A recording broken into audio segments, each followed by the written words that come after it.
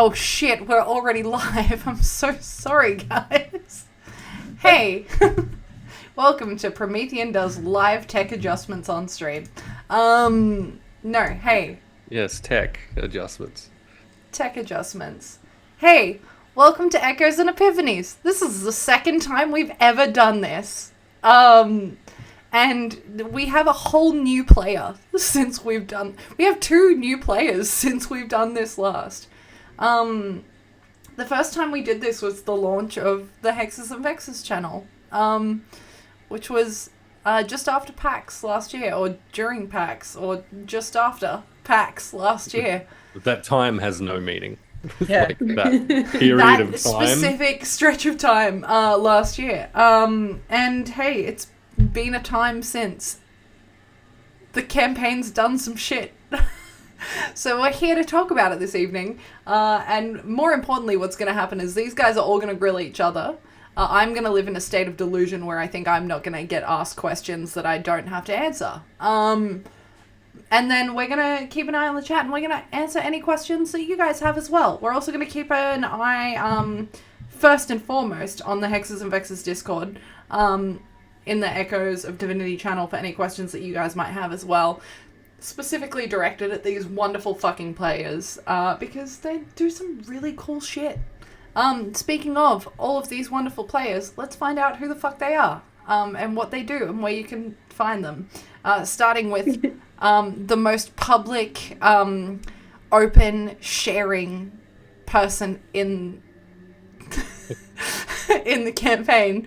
Deetwenty, who are you? Where can we find you? What are you doing? Hi, you may know me as MVCDM, that well-known Melbourne multi-role player and phenomenon that has been on multiple streams beforehand with a wig on, obviously. That's it? That's pretty much it. Great. Awesome. I'm glad we all gathered here today for this specific info. Hey, moving on to Tam. Who are you? Where can we find you? What are you up to? What are you doing? I'm Talera79. I am primarily here, will be soon on Law Rights, and will later in the year be popping up in a few other places that I can't talk about yet. Yeah. Yep. Everyone has secrets. Hey, Salt, who are you? Where can we find you? What are you up to? I am SaltQueenPlays, and I'm going to start off by apologizing because I know that I'm sitting very weird in the frame, but if I move any further, there is a light glaring behind me straight into the camera, so I was like, I can't move. You're fine, I got you. And you can find me hanging out here. You can also find me hanging out at the Law Rights, hopefully ×2. I really miss doing gay alleged pirates, and I really want to find my gay alleged pirate friends again because I miss them in our adventures. And that's it. That's me. Yeah, excellent. We're all really good at ending sentences. Wow, is it Sunday? What's happening? Hey, my name's Emily. We've definitely spoken about all of our players this evening. No, I'm joking. Hey, Promethean, take it away, baby girl. Hi, I'm Promethean. I'm sad now, and I have no secrets. Sad Methian. That's right. Sad Methian. I am here also at the Law Rights. You'll also find me at Meeples and Dragons. I'm not doing any secret cool stuff, so I guess, sucks to be me. Oh, wow. It's okay, because let me introduce you to my favorite iteration of Promethean. For fuck's sake, is this... An exclusive, brand new exclusive on this stream. I'd like to introduce you all to Ghost of Methian. I thought you were talking about the fucking emote. No. I mean, there's Scream Methian also, which is available now for the first time in chat. You can see it exactly right there. Wow, there's so many of them. I'll tell you. Look, if nothing else... Why does it look like a worm? My Did you say favorite part about caterpillar or some description? My favorite part about Screamethian is what happened is like I clipped the clip of, which I dare say we're gonna go into tonight. The clip of you yelling at Yusefka. And this was like the screen grab of you that came from that clip. And Excellent. it immediately had me losing my shit, so I screen capped it and turned it into an emote. Because if you don't know, Promethean has 2 sound alerts on his fucking channel. I do. My voice. And it didn't tell me about it. One day I just logged in, was tuning into a stream, and I heard my own voice. And I was like, well, fuck, okay. This is what happens when you put yourself on the internet. Anyway, speaking of embarrassing iterations of Promethean, welcome to Coastomethian. Now complete with a lip print where I dotted my fucking lipstick today. Also rips from moistness. It kind of looks like you've been chewing on it. There is Like, are we just going to ignore that? Or? There is orange juice, which I spilt from Macca's today. It's also kind of ripped down the center. I was wondering why I felt so revived This earlier today. Yeah. This is foundation that when I rubbed my face and then I rubbed my hand on this card, it made its way to the card. So Coastomethian, he's not doing well. But you know what? He's alive, and that's what matters. Just like the real Promethean.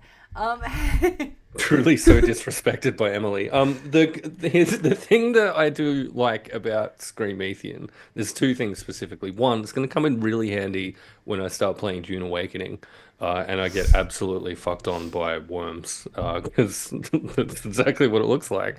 And 2, it's a nice little throwback to like Scream Team Sundays, which is like the first thing that you and I started attempting to do together. Yeah. As a thing. And what you mean by that is I bought you the game and bullied you Correct. into playing it with me. Yes, correct. Hey, my name's Emily. I'm the occasional GM, producer, and chief executive of Thirstmaster, and apparently demon lady that makes these emotes. But hey, there's not just Screamethian available for your viewing pleasure this evening. There's also the D10 for hotness emote. Which I fucking love that. I drew love myself. it. I drew it myself, guys. It's really good. Thank you. Use it. It took me so long. Because if you don't know, A, everyone in Demater is hot. But B, if you want to roll a D10 for hotness, you can. It's always going to be a 10. Like, it's always a 10 now. Oh, oops, I slipped, and it's a 10. Oops, it's a 10. Hey, when I'm not here, you can find me on the Lawrites harassing Promethean. Surprise. Or you can find me over on Meeples and Dragons. Or you can find me playing a new Also character. harassing Promethean. Yes. Or you can find me playing a new character over on Oh, wait. Sorry, I can't talk about that yet. On what? On what? On what? I need like one scrap of information. If you want a scrap of information, you can go over to my Threads profile, Hexes and Vexes, and you can see the makeup I did for the new character. Her name is Kaya. Which is extremely hot, by the way. Thank you. Agreed. In fact, you know what? I think that deserves a D10 of hotness. So the fun fact before we go into this, the D10 for hotness has been going for quite some time. I introduced it to this group today, and everyone rolled a D10 for hotness. Excellent. And now there is like a graphic that I'm in the process of making that's like a table of what everyone rolled. Like, I don't want to toot my own horn, but my character rolled at least 2 10s from other people. Also, the GM rolled a 9 for my character. Very good. So I'm really looking forward to my hot armor. It's going to be great. But hey, keep an eye out on socials for whatever the fuck I'm talking about. If this is your first time here for Echoes and Epiphanies, which I wouldn't be shocked, we've only done one other, I'm going to talk you through how it's going to work. We're all going to ask each other questions, but the way we're going to determine who's going to go first is we're all going to pick up a little D20 or a chunky D20, depends on how you prefer it. And whoever rolls the highest number gets to ask the first question. In between, wow, is that how you're determining your questions? It's not a bad idea. In between asking each other questions, if there's any questions that pop up in chat or in Discord, we're going to ask those ones as well, because you guys are just as important as the people here in the stream. But hey, should we ask our first question? Yeah. I Wow. think that was a I feel like question. that qualifies, so yeah. Yeah. Also, just to be clear, because Emily has deliberately not made this clear, you can ask her questions as well. Mm-hmm. Yeah, sure. That's not Uh-huh. not allowed. Uh-huh. Feel free to do that. Feel free to leave me alone. For example, hey, Emily, why are you so fucking rad? Ew. Roll a d20. I thought a different word was going to come out your mouth at the end there. Yeah, cool. Hey, could I get you all to roll a d20, please? Yes. In fact, I'm going to use the Ravens Ridge dice. Oh wait, The Raven's Ridge dice are really fucking hot. they are. Hey, Tammy, what did you roll? 19. Oh. Did anyone roll higher than a 19? No. No, Tammy. this isn't either a combat roll or a critical plot moment. So of course Tammy gets a 19. Yeah. That's right. Yeah. Hey, Tammy, you don't need to do anything of use at this moment in time. I'm Yep. so glad you've rolled super high. First question. Hey, If only Tammy. I could during the campaign. No. First question, Tammy. How's it feel being absolutely murdered live on stream by Deetwenty? No, I seriously freely Tammy said advertise this that I'm a today. shit roller. Tammy, but you get to ask the first question, which I think is monumental, considering like we've got such a fucking rad cast. We're in a real chill place in the campaign. Nothing high stakes is happening, you know. So I'm going to ask a question that's not to do with the last episode, That's fine. We've got a whole campaign to tackle. but is something that the character is wondering, in that, is Marcus only interested in Scarlet because of the intellectual puzzle she presents? Or does he actually also like her as a person? Bold of him to assume on both counts. He likes her at all. Emotional damage. Marcus, take it away. It's pretty simple with Marcus. He doesn't see himself as a main character. He does see you as main characters. And Scarlet especially has been a remarkable enigma.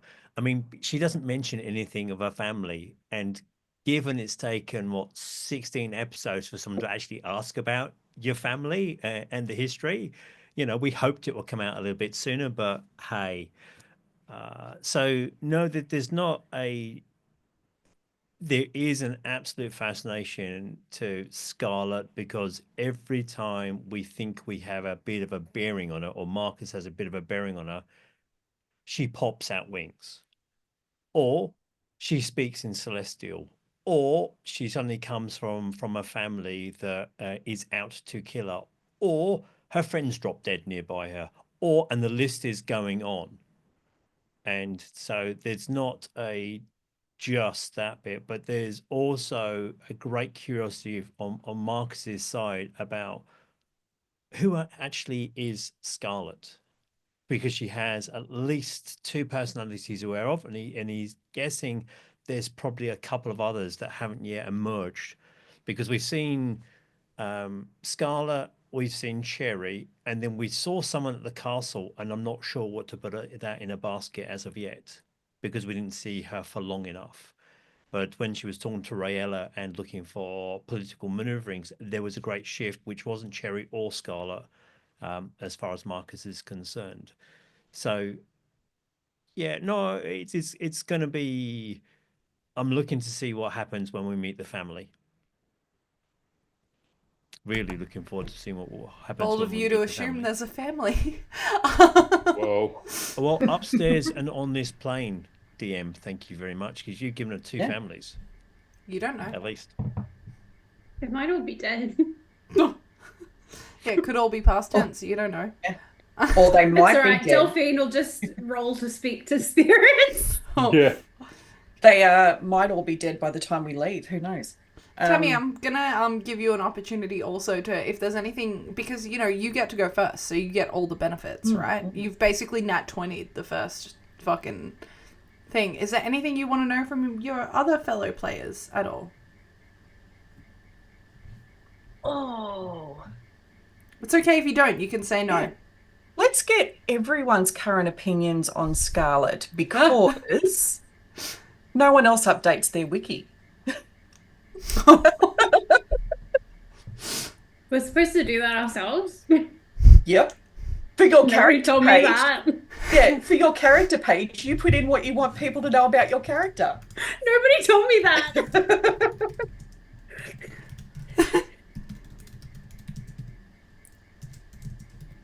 Belinda sees Scarlet, I think, as a potential liability.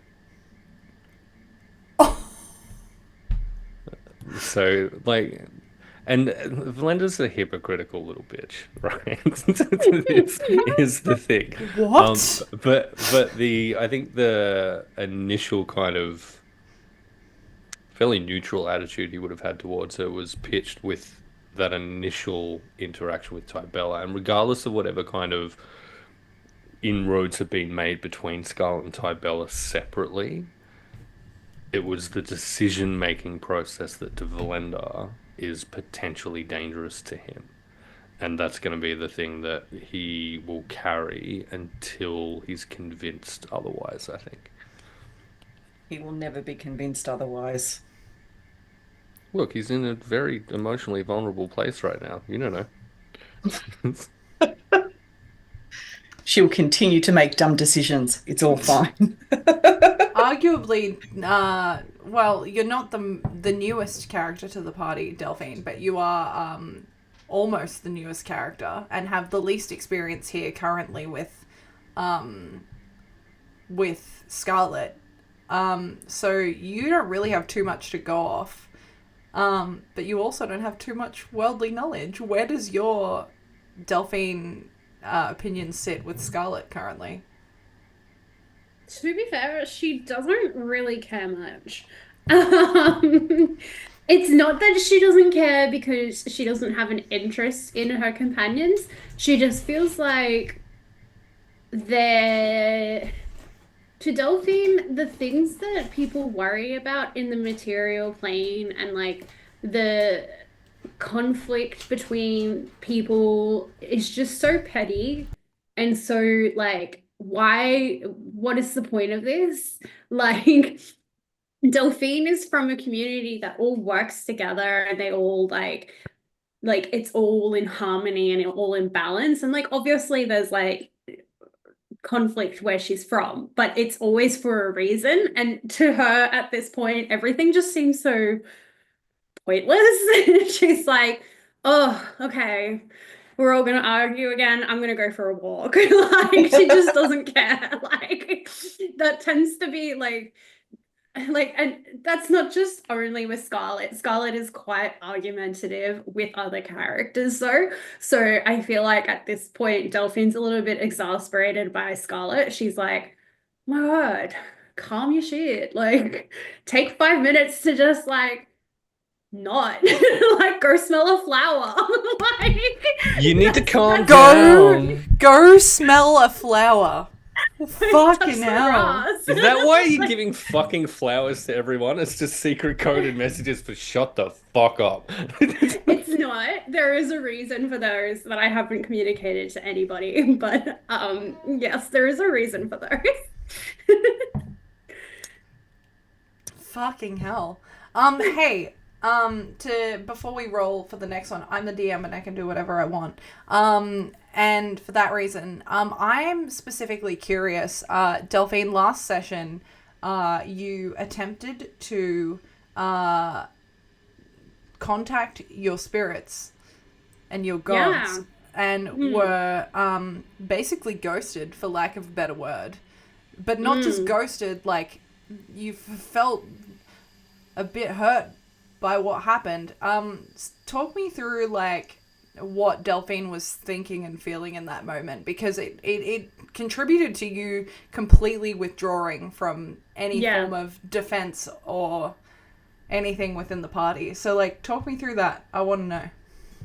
Well, so I feel like in that moment, so Delphine's whole upbringing her mum has been a fighter, her dad is a druid, and everything about her whole upbringing is about respecting nature and respecting the sanctity of the spirits. And like her whole journey to the material plane and with these people has been guided by the spirits, and she's just been following what she's been told by these entities that she's basically loved her whole life. And then all of a sudden, like she's been told, hey, like here's this thing you can call on us if you ever need us and we'll come help you. And nothing happened. And like a feeling of like despair actually happened. And it was like this moment where she was actually terrified. And it was our asses were truly getting kicked. And she wasn't even actually trying to kill us. She just was so much better than us. And it's like resulted in like someone that she's with, like that she's traveling with, dying. And she's like, okay, well, shit, like her paladin oath is like the oath of the ancients. So like she's like, yes, she cares all about the nature, but she also really cares about the spiritual things, the side of things. And she's like, well, I've sworn this oath to these people and I have nothing. Like, have I wasted my whole life? Like, what is like, she's a little bit lost. I think it's going to be interesting to see how that comes through, whether maybe she leans more into her druidic side and less her paladin side, or how that, like, whether she can come back from that. It'll be interesting to see where that goes. Spirits are so lost here. I'm into trees now. Spoiler alert, I love to make people question like what it is that they're believing in. The anchor of their kind of moral code thing. Big fan. Yeah. Yeah, because her whole life is like everything, every action she's taken, every decision she's made, like how she treats people, who she is, has been based on the spirits. And now it's like, oh, have I like wasted my time? Like, what is the point of this? Like, I think as well that can be a really powerful way to have a character develop, is like to force them to think outside of what they know. Yeah, that's what. Yeah, peek behind the curtain. That's why I'm doing it to you, buddy. It was actually really exciting because we didn't know that it was fuck coming. You for me. Because we didn't know that, like, I didn't know that it wasn't going to work. And so when it happened, I was like, whoa, okay. This, like, I was thrown back by it. Yeah. And I was like, well, I guess she is too, really. Like, how am I going to explore this now? And I've had to, like, rethink a whole lot of things with Delphine now. So that's very interesting. I like it. Prometheans just discovered the brand new redeem that we have. It's our first and only redeem. Thanks, Pickles, for pointing that out to me. I didn't realize it was there. It's the first and only redeem, and I deliberately didn't mention it for hope that the players didn't see it. I have so many channel points. And also, the thing is that, like, I was going to make it a lot higher than what it is. And then I was like, that's not fair on the people that aren't players. So, like, yeah, we have a redeem now. It's called Name That NPC. Where you can redeem 5,000 hex points for naming an NPC. So, guess we're getting an NPC called Grommy but Cooler. But cooler. It? Oh my god, could it be another kobold? Another kobold, and he's like Grommy's brother. Good God. Like his twin. I guess you'll have to stick around in the campaign and find out, you know? Got an actual cape of invisibility, and his charisma is so fucking high. Leave him alone. Leave him alone. He was a sweet little think bean. what I'll do instead is stab him in the back and murder him. Yeah. How about Promethean, if it was a golden kobold and we called him Grammy, we can present him to each other, right? Oh, I like that. That's good. And then I hate DM it would have here. to put up with it. Mm-hmm. I hate it here. Hey, everyone, roll a d20. I'm sure you have those handy. Tammy, did you get 28 this time? No, I'm not rolling because I just asked. Ooh, I rolled a 6, so I'm pretty sure I'm Who rolled higher than a 6? out of the firing line. Yeah, cool. Salt. D, did you roll higher than a 6? I got a 10. Okay, great. What did you get, Salt? 15. Okay, you're up, baby girl. Cool. So, I actually have a question for Marcus. I think so. Currently, you're probably the most interesting to Delphine in this story. She's connected with you the most. And you've even said it tonight that you don't see yourself as a main character, and she's confused by how you don't see yourself as a main character in your own story. Why is that? I think one of the fascinating things when you get to play D&D is you write these things up as a character sheet, and you're trying to work out what a character comes out with. You've got some ideas in the first part. With Marcus, it's become really obvious that in this particular world, heroes are people of action. And Marcus is surrounded by people of action. Marcus records what people of action do, and their deeds and words are very, very powerful in that part. The fascinating thing is I've managed to avoid 3 combats, which has annoyed our DM immensely every time. But purposely Yeah, by I'm doing so that. frustrated. Yeah, well, there was a moment of like, yeah, I'm gonna fight you. Yeah, no, we're not doing that at this stage. And You it do what you goes, want. it goes to a really important point of, if you tend to watch chroniclers or look at any of the books in history, chroniclers tend to be the people in the back, whether it be the men or women that are writing the notes, and they get dragged into the action because of the heroes and the heroines that are involved into it. And again, if you take the party on note, we've got a warrior woman of nobility, which is Scarlet, which she has a presence to her that keeps developing, keeps growing. We've got Delphine that's stepped out of another world, quite literally another world, with a vision and a presence, and I have to say, a great deal of style. You've stepped out, and every time you've transformed, usually in the wrong place, usually at the wrong time, in front of an audience that wants to burn you for a witch, but you've managed to step out, and there is a great deal of grace and a great deal of presence. Valenda literally is in most of the teen dramas at some point in time. Just the sheer angst pouring off him. There's probably a cloud of angst. Yeah, he's just in the OC running down the beach, like trying to catch a wave, you know? Correct.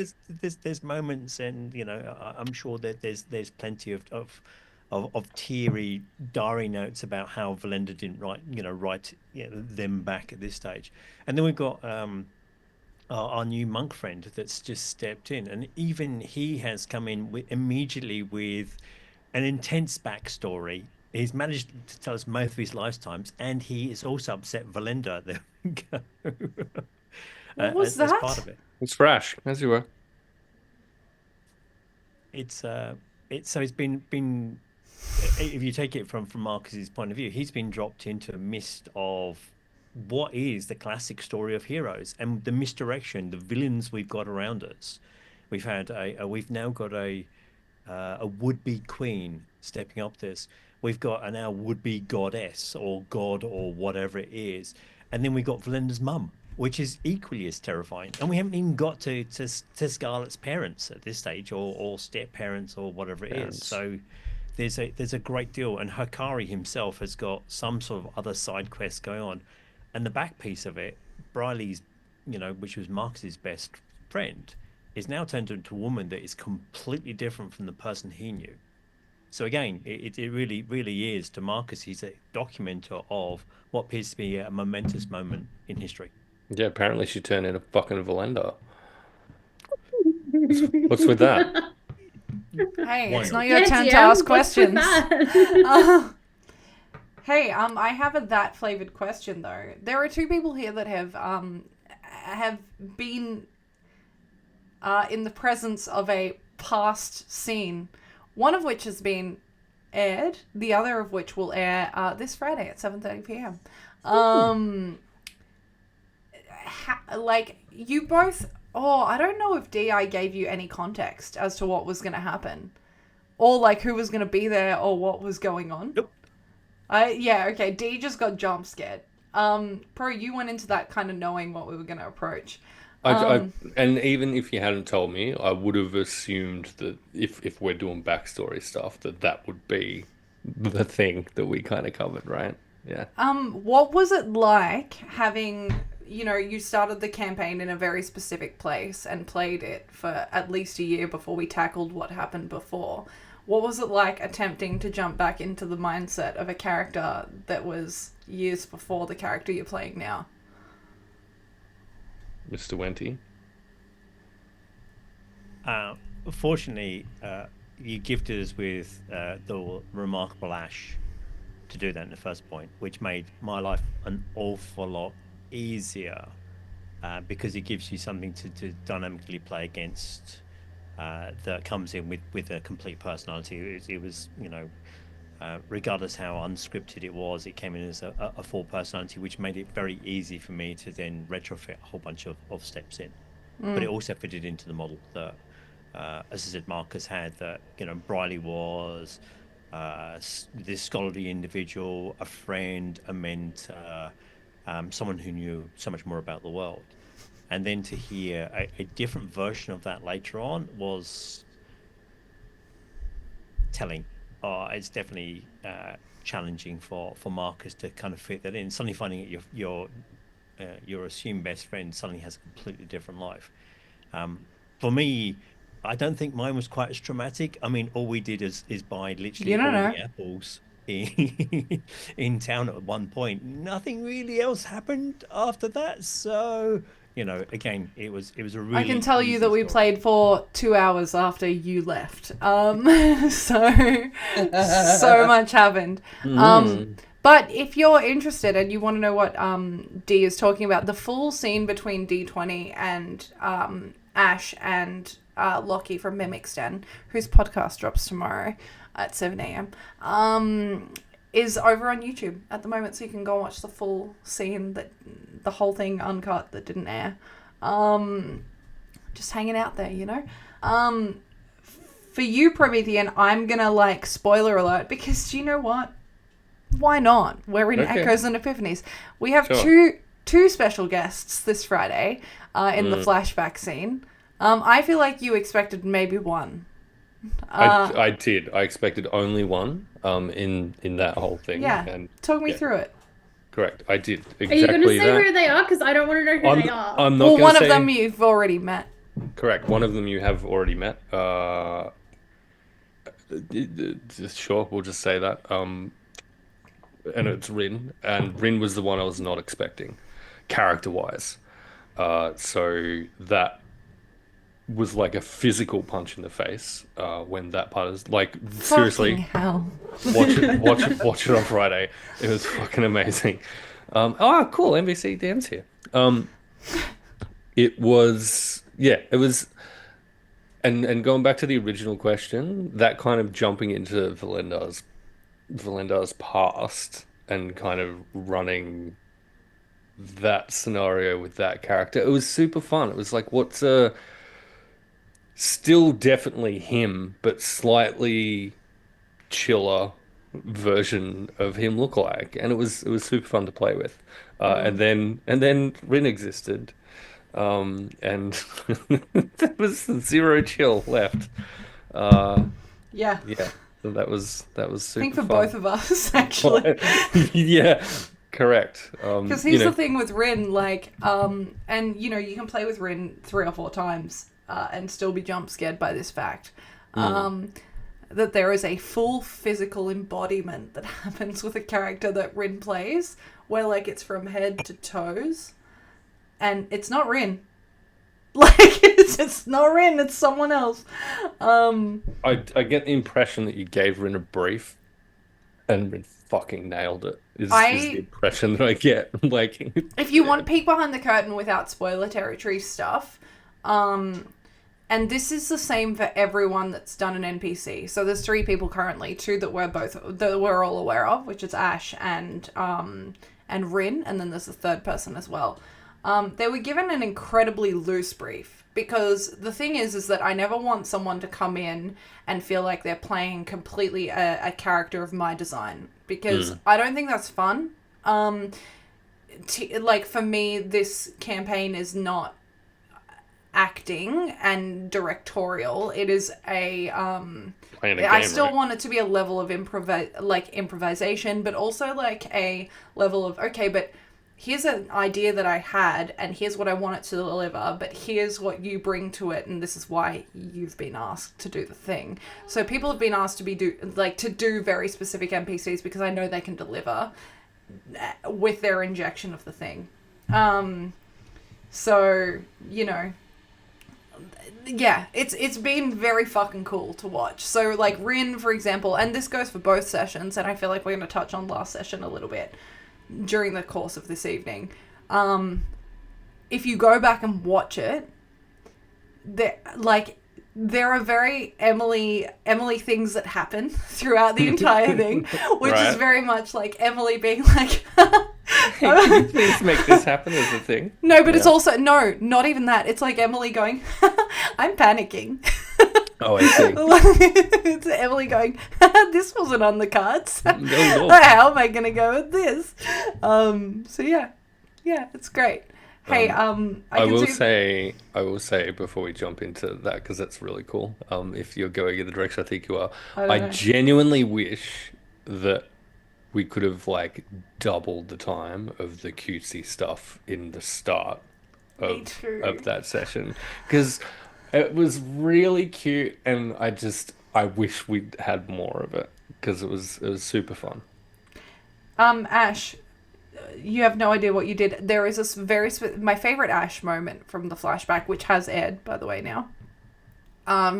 Is there is a moment where you ask Lockie to take his headphones off, and you lean into Caius's ear and you say, "Tell the others that I'll see them in the 9 hells," and it was fucking phenomenal to watch happen. Pretty good. It was phenomenal to watch happen. Then knowing that Lockie didn't know that you said that, and moments after said, whispering into Caius's ear, "You hurt her. I'm going to make sure that you remember this." And it was just this beautiful parallel of you both whispering fucked up shit into this guy's ear. Which was it was beautiful. It was really fucking phenomenal. It wasn't planned, but it was fun to fucking watch. And you watch my face go when it happens. Hey, there's a question in the chat. Let's go to the question in the chat. It is a great question. I haven't actually read it yet, so we're gonna see what it says. I'm not wearing my glasses. Could you fucking wear your glasses, please? No. Hey, players, what was the biggest inspiration for character designs? Emily, which is me. What was the NPC whose appearance was the most fun to describe? Oh, that's so hard. We'll do players first, so you've got a bit of time to think, because it's a really hard question. Everyone's hot. in Tomato is hot, so yeah. Everyone's hot in Tomato. Run the player Hot Marta. Exposed first, then. Who's going first? I don't know, pick someone. You're the fucking DM. Let's go in overlay order. Promethean, you go first. Hey, super easy. Any kind of... So my baseline was Street Rat, so it's a combo of Aladdin, Talon from David Eddings' books, fucking The Artful Dodger, and then aged up and combined with all of my mummy issues. That's where Valendar comes from. In D&D fantasy world, that's the crux of the character. Hey, you want mummy issues? I got him. Oh, he got him. Yeah. Wow. And not the fun kind. Wait, is there a fun kind? If you ask Freud. Freud. You know that guy? Fraud. Hey. Fraud. Let's go to our little fucking sweet ass little Eladrin. Delphine. What was your inspiration? 3 characters really inspired Delphine's creation. obviously Poison Ivy is a massive inspiration, appearance-wise, and the whole nature thing. Huge inspiration there. I think when it comes to her paladin side, it's more of a Wonder Woman inspiration. And lesbians. What was the inspiration for your character design? Lesbians. Lesbians. And then I guess personality-wise, What was her my biggest inspiration? Queer. Queer, yeah. I think personality-wise, her biggest inspiration is a lot of myself has come through in Delphine because it just happened. But also it would be Sailor Jupiter. Sailor Jupiter. Yeah. I find I love that. yeah, she's got that like boy crazy kind of fun, flirty, but also really intensely loyal personality. But she's not really boy crazy, she's girl crazy. Delphine likes the ladies. Yeah, which I feel like I've picked up on relatively quickly. Don't know about the rest of the party. Belinda will consider himself in with a shot, courtesy of that initial meeting and the gentle Right! That was a really hot initial meeting. and the roles that were associated with it. Like, there'll always be a window that he's like, might be. You never know. People can have a preference. Doesn't mean it's an only. Love and that. Here's the thing with same. Here's the thing with your introduction, Salt, is that you and I had never played D&D together or TTRPG, but I had watched you play a ton of stuff, and Tammy also, and everyone really gave you like high recommendations as a player, and you and I had met a number of times and just fucking vibed, and I was like, this is gonna be perfect. I'm down. This is excellent. I wasn't sure how you were gonna be. Like, I knew how I was introducing you. I wasn't sure how you were going to run with that, particularly with the stakes that you were brought in. Like, everyone was kind of a bit on up here. And you were just like, let me do the hottest thing ever. Like, let me go to the boy on his knees and just caress his face gently, pushing the hair from his face. And I was just like... While he's fucking in, like, a truly vulnerable moment as well. Like, there's nothing I could do about it. It was great. It was real hot. So, there are two things that I bring to the table. The two things I bring to the table is complete and utter chaos and pure horniness. That's all my characters. Every campaign you'll see me and you'll see it. Salt, how dare you hold up go watch the gay alleged pirates. She's very horny there. That is one thing that I actually have a command for in this chat. Why? Automod, how fucking dare you? Fuck you, Automod. Hey, settle down, Automod. But yeah, no, 100%. Hey, next person in the overlay is Tammy. What was the inspiration behind your character? So I like to say about 40% Buffy Summers.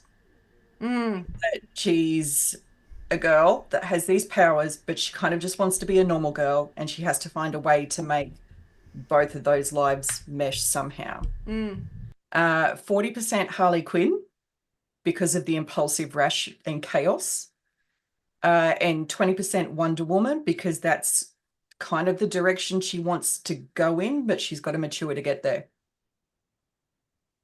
I see that too. The Wonder Woman inspirations amongst the women here. Well, I think you both have. It's so interesting watching you two play your characters because you both have parallel things that are like similar to each other, but also so different. Like so fucking different. But yeah, like when people see the ancestral women when Scarlet rages, it is literally how they did the Amazonians in the Wonder Woman movie. But And I think what I love is that if you look at the art for Scarlet, she's so slight and so like She's tiny.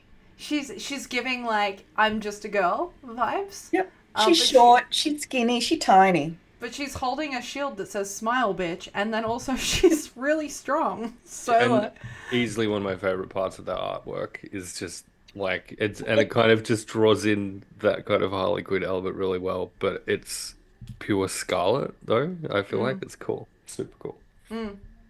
Last and certainly least, Deetwenty. No, that's a joke because I have to follow this. So I'm truly the bottom of the barrel. I think the inspiration came from I really genuinely don't like bards in D&D. Everybody around me plays bards. I have zero bardic ability when it comes to the performance side, so I thought it'd be quite entertaining to play a bard.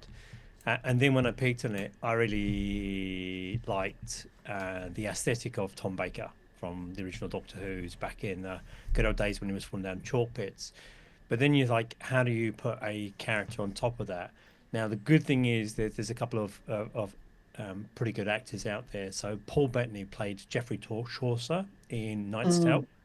And if you watch him, he is degraded as a bard throughout the entire thing. Correct. It has so many flaws, it's pretty much untrue. Love that so much. Such a good movie. I can't believe that's your So inspiration. So, but then to spin that, to make it more tossy, Kenneth Branagh plays a particular roguish individual in one of the Harry Potter movies, Gilroy Lockhart, and it has that absolute tosser piece to it. And I took the three bits and kind of mixed them up to have that overarching piece where you've got someone who is just so full of it but is so utterly flawed, but still has the ability to tell stories throughout, or try to tell a story, not always the real story, but a story.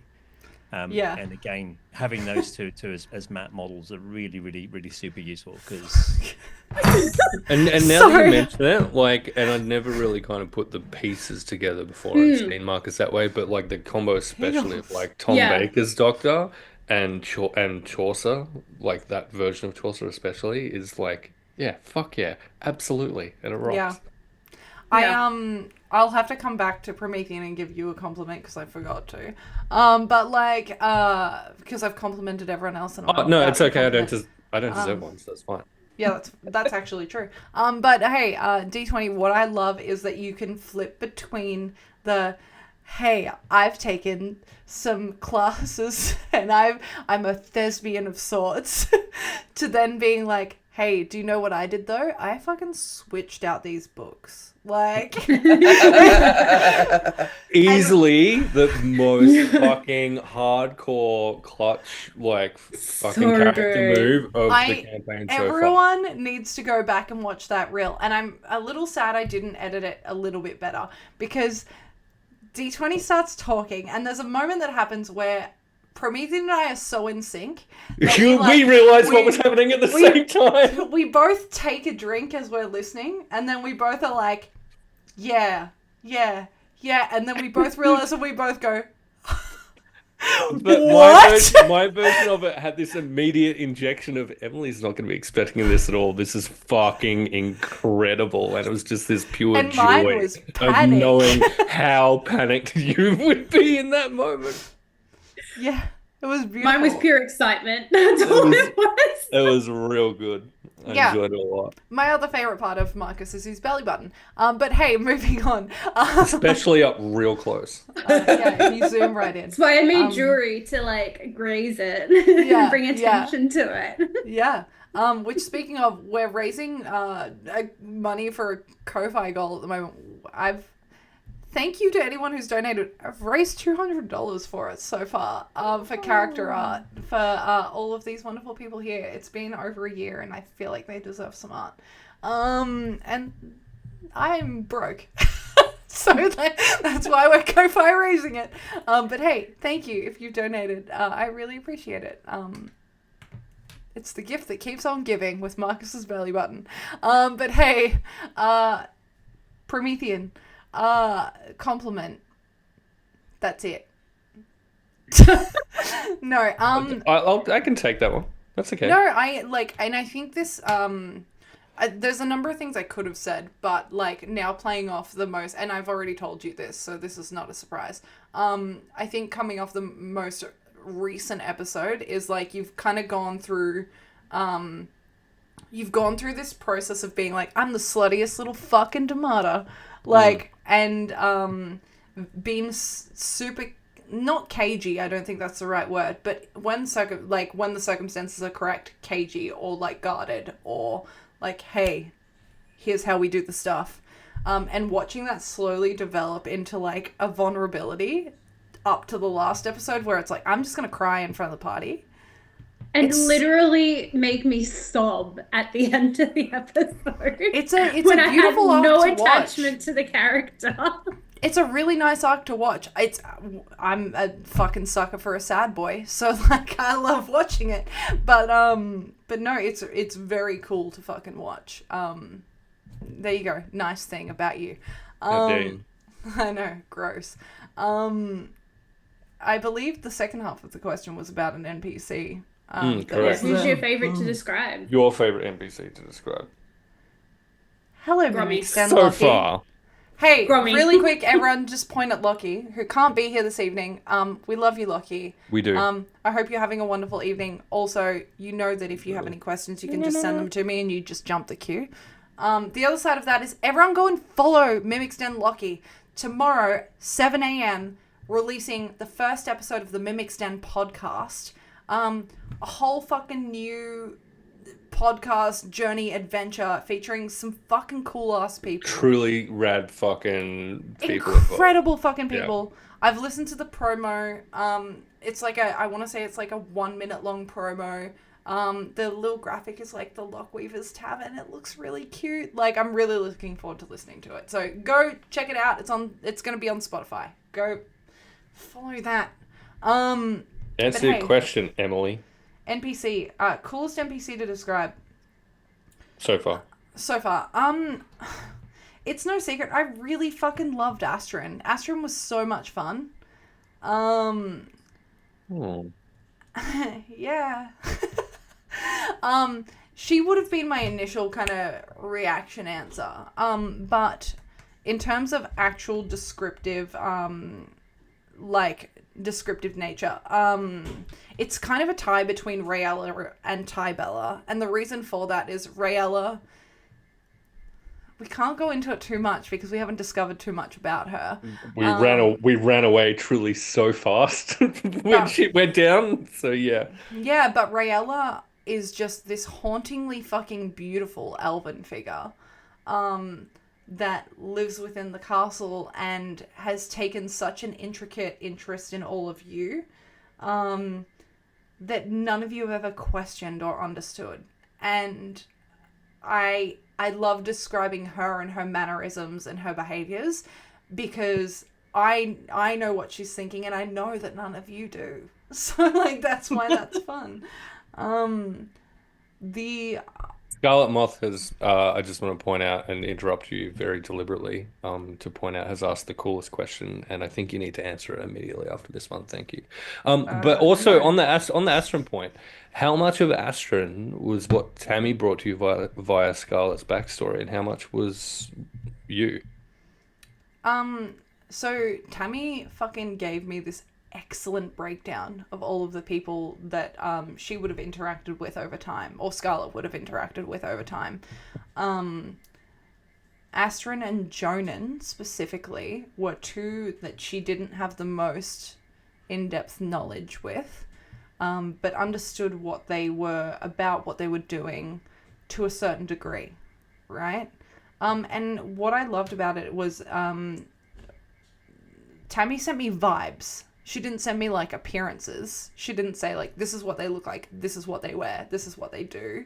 She sent me, this is the involvement that I have had with them and my impressions of them. You do with that what you will.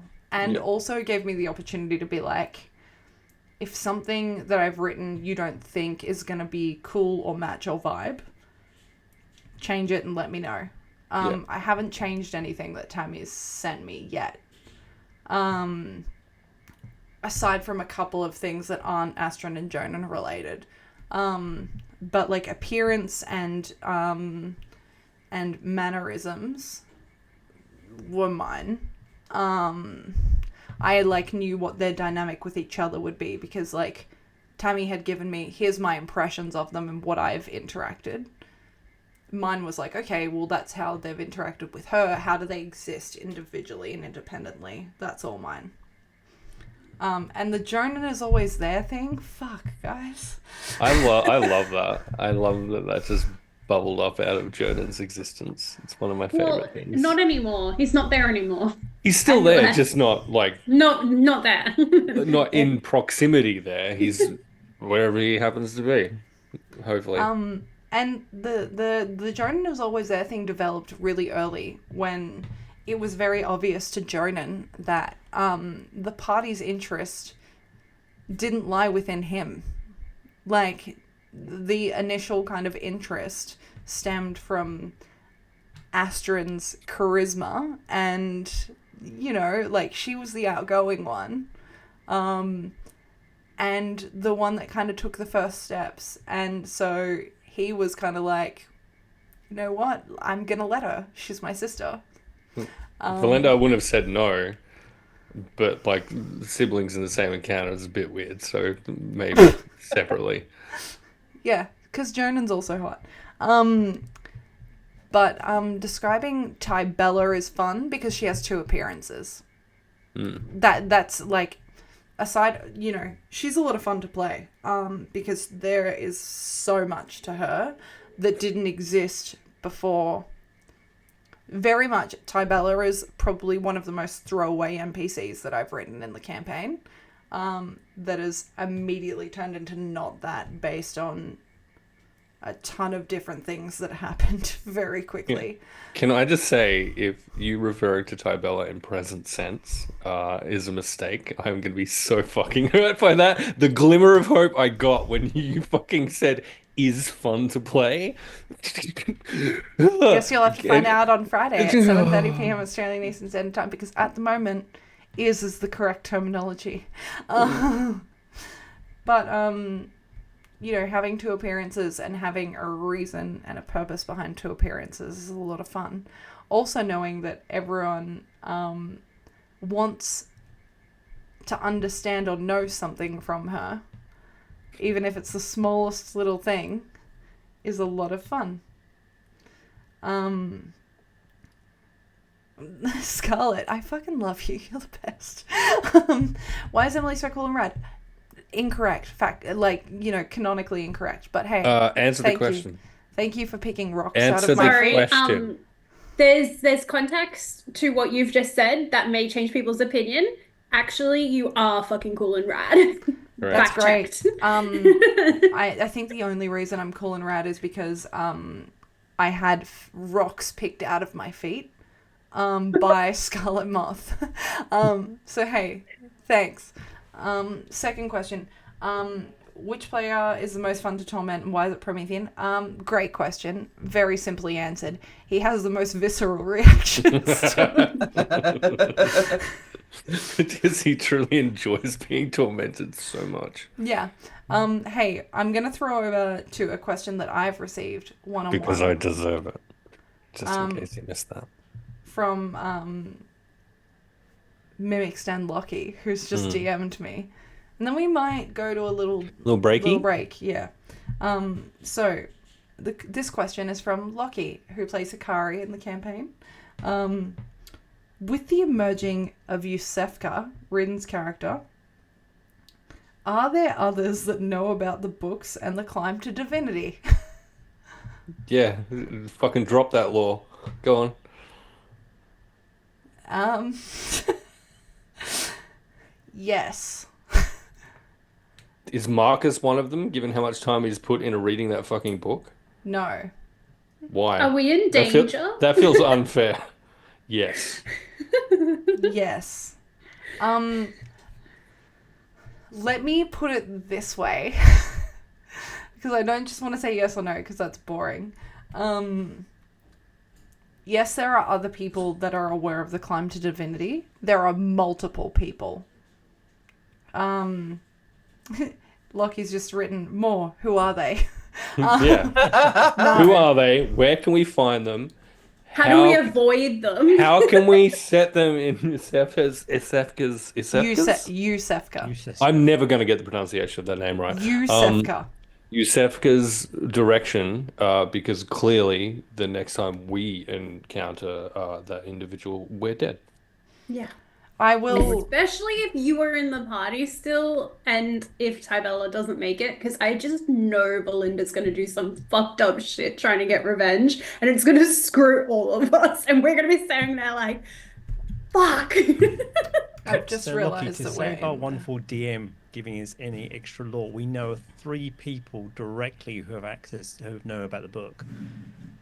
One is Briley, one is Rayella, Yusefska, and Tybella. it seems to be Tybella. So there's 4 women that we are very certain are aware of that book. And the Cord's Edge in general, as an So- organization. Also, the organisation name that Tybella is a part of, which is the Veil They're all Keepers. dead now, so Veil that's fine. Keepers. And Oh, also- Grammy. Yusefka sh- gave us the Shadowbinders. a group name. The Shadowbinders is what she Yeah. gave you. The Shadowbinders, correct. Emily's right, that's wigging available. out internet-wise, so yes, the Shadowbinders. What? Oh, she back. I don't know, you froze up on my end. That sucks. Yeah, you froze on my end too. You know what? I'm just here to edge you all. But you know, It's on the wiki, Lockie. You can check. what I will say is that fucking hell, there are more than even that we've listed that understand that the book exists. Understanding how to translate or decipher it is an entirely other piece. Marcus has copied every fucking page of that book, right? Yeah, but like, have you ever studied a textbook and copied shit out of it and still not understood it? Yep. Yeah. No, I That's my understand whole everything. university life. Yeah, same. So like, and No, more in the sense that we still have the opportunity to attempt that, if nothing else. maybe. The other thing is that if you go back to YouTube, there are at least 6 people that understand what is written within the book because they might have played a part in it. Watch the prequel if you haven't already. It was the whole thing on stage at Supernova, and then it was redone on Hexes and Vexes, and it was cool. Then there's a YouTube channel, Promethean, that you could drop into chat that would have that link for other people if they want to go back. Do I have a YouTube command? Let's fuck around and find out. I don't think I do. There's like 15 admins in this. There's not. There truly isn't. Well, I should have more. But yeah, do it, Lockie cried. Yes, there is. There's a number of them. In terms of people you've met within the campaign,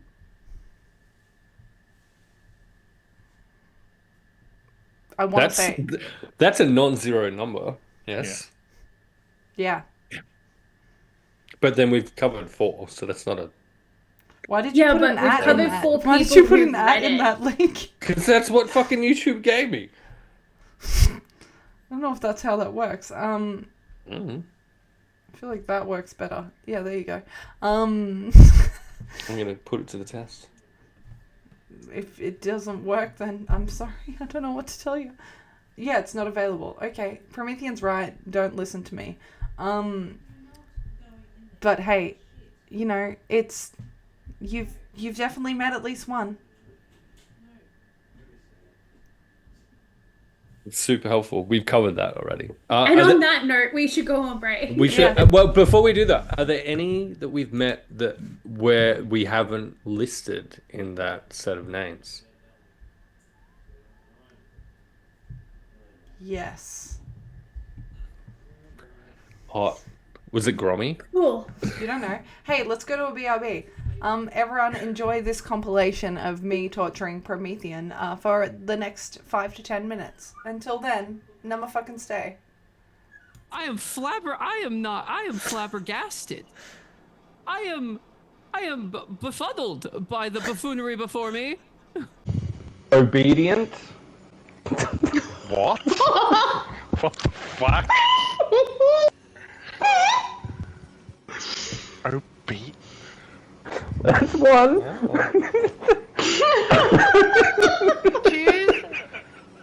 Choose your next two so fucking wisely.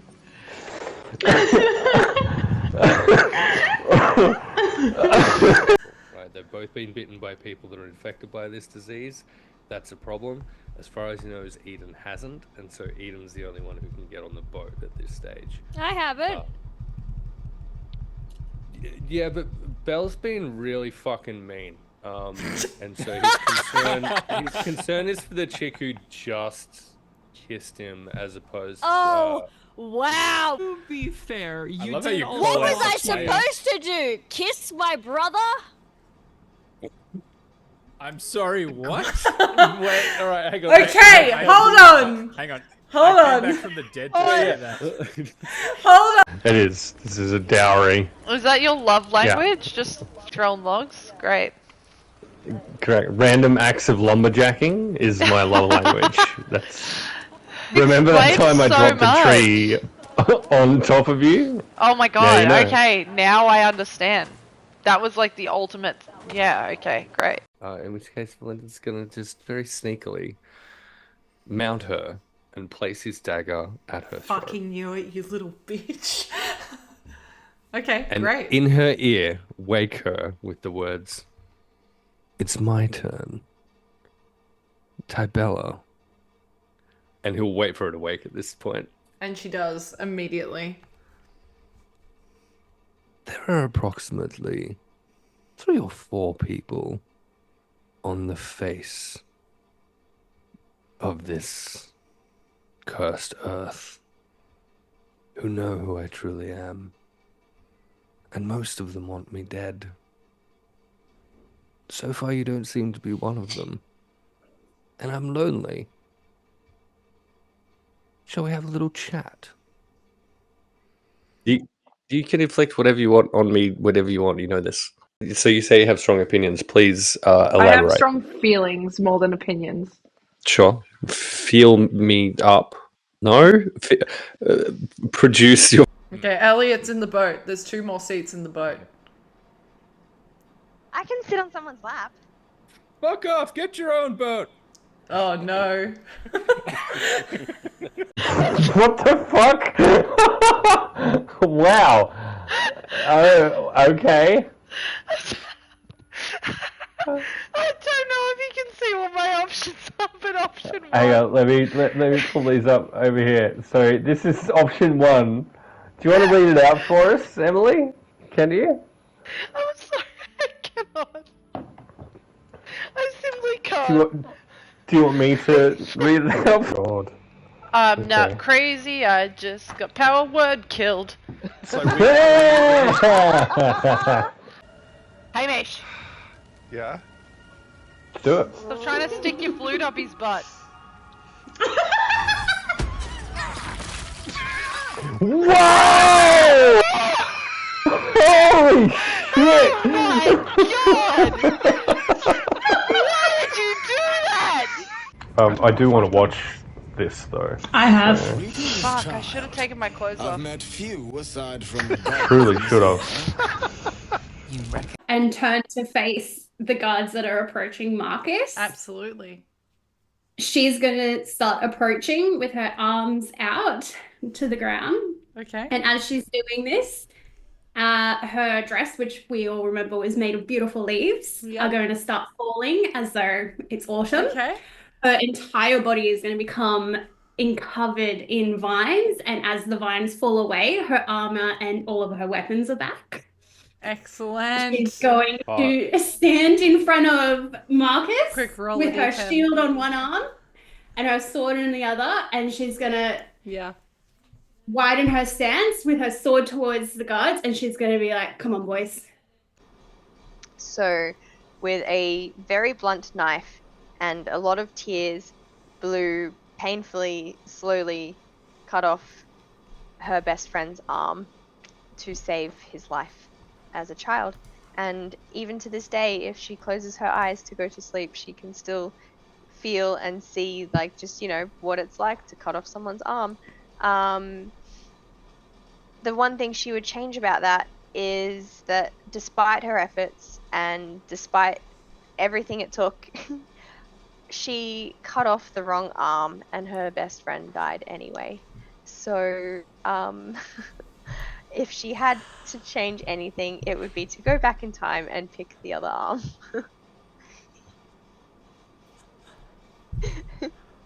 You're welcome. Talk about burying the fucking lead.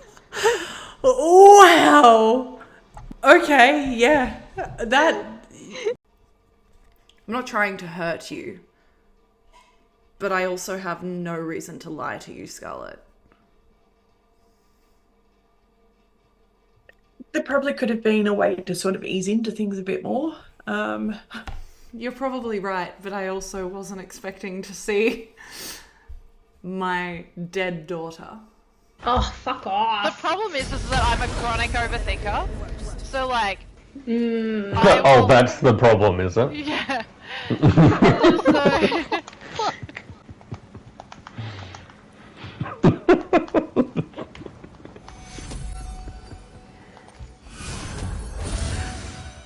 Woo! I'm just gonna overthink about what Promethean just said for so long. Oh no! Emily! Oh my god! Stabbity stab stab stab stab. Oh no! What have I done? That's the anus for me. It's like that's what a god should be. Sorry, say right? that again. This is my the what? Could you just repeat that one more time? I look. Everyone push him off immediately. Oh my god! No one can push him off. I can check this shit out. Yeah. Fuck you, my buddy. Oh no! Oh, you took me down! What have you done? Oh my god! Promethean! As I'm like clutching at my throat, ripped apart. The injury's too much. Sink down. And as his life like flashes. Fucking hell, we're back. Hey, here's what's gonna happen. He's so aggressive. It's my favorite way to be, you know? Hey, here's what we're gonna do really quickly. Because, you know, coming back from a break, there's a tradition that always happens. And it's recapping. But what I'm going to do is I'm going to twist this recap because we're not going to recap the Echoes and Epiphanies thus far. We're going to recap the campaign so far from the start to the very present. Oh my god. And do you know who's going to do that? Promethean. In how many words? 3. 25. No. Sending spell. Okay, yeah, 25 words. Sending spell. Two groups met. Scored a job to find drugs that were magic. Did that. Got played. Ran away. Got absolutely fucked up. You have 2 more words. I don't need them. I don't, is where the spell ends. Excellent. Hey, we're going to go back into the thing. Everyone roll a d20. Except for those who have already asked questions. If you've asked a question, stop. Oh. Sorry, Salt. A 4. 15. Okay, Promethean, you're up, baby girl. This is unfair because the questions so far have been applicable to everyone, and this one isn't. Because I'm actually no, actually, all the player questions have been specific to other people. Well, that's true. I have a question for Tammy, because Tammy unfortunately wasn't able to join us for the last session, and it was a fucking session, right? Have you watched it?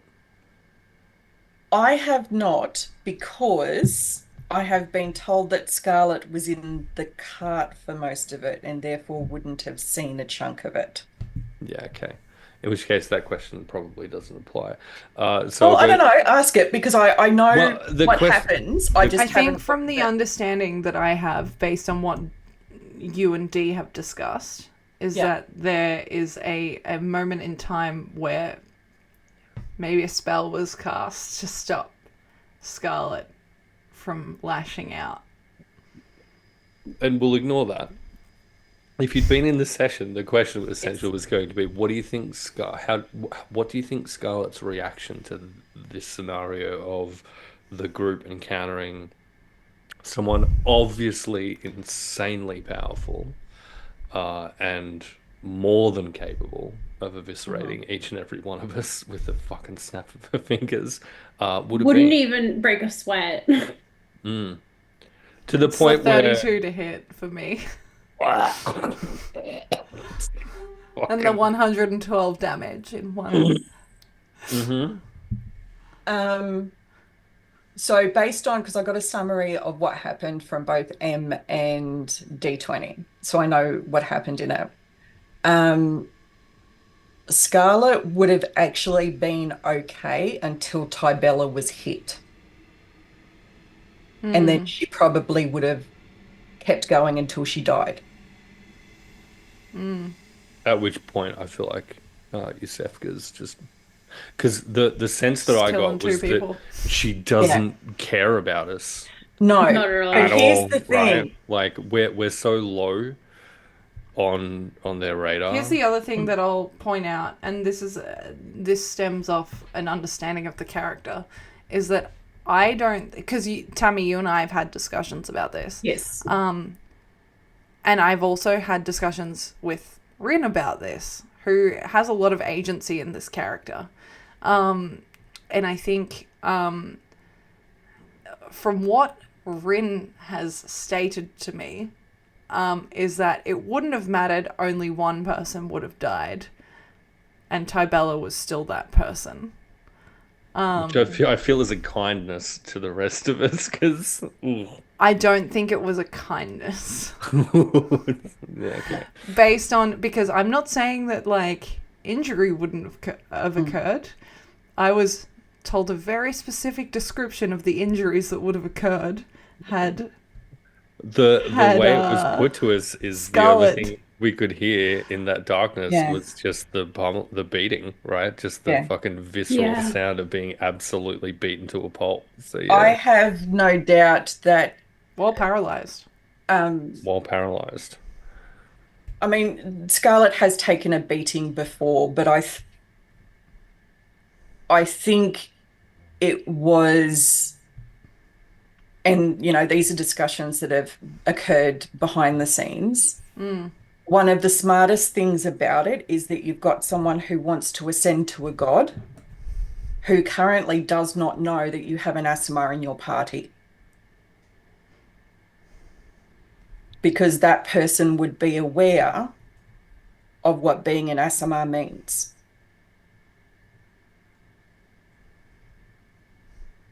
I can't say anything. It's locked down. And again, it's a very targeted question, so I'll throw a backup question there. Hey, what does everyone's characters smell like? What? Yeah.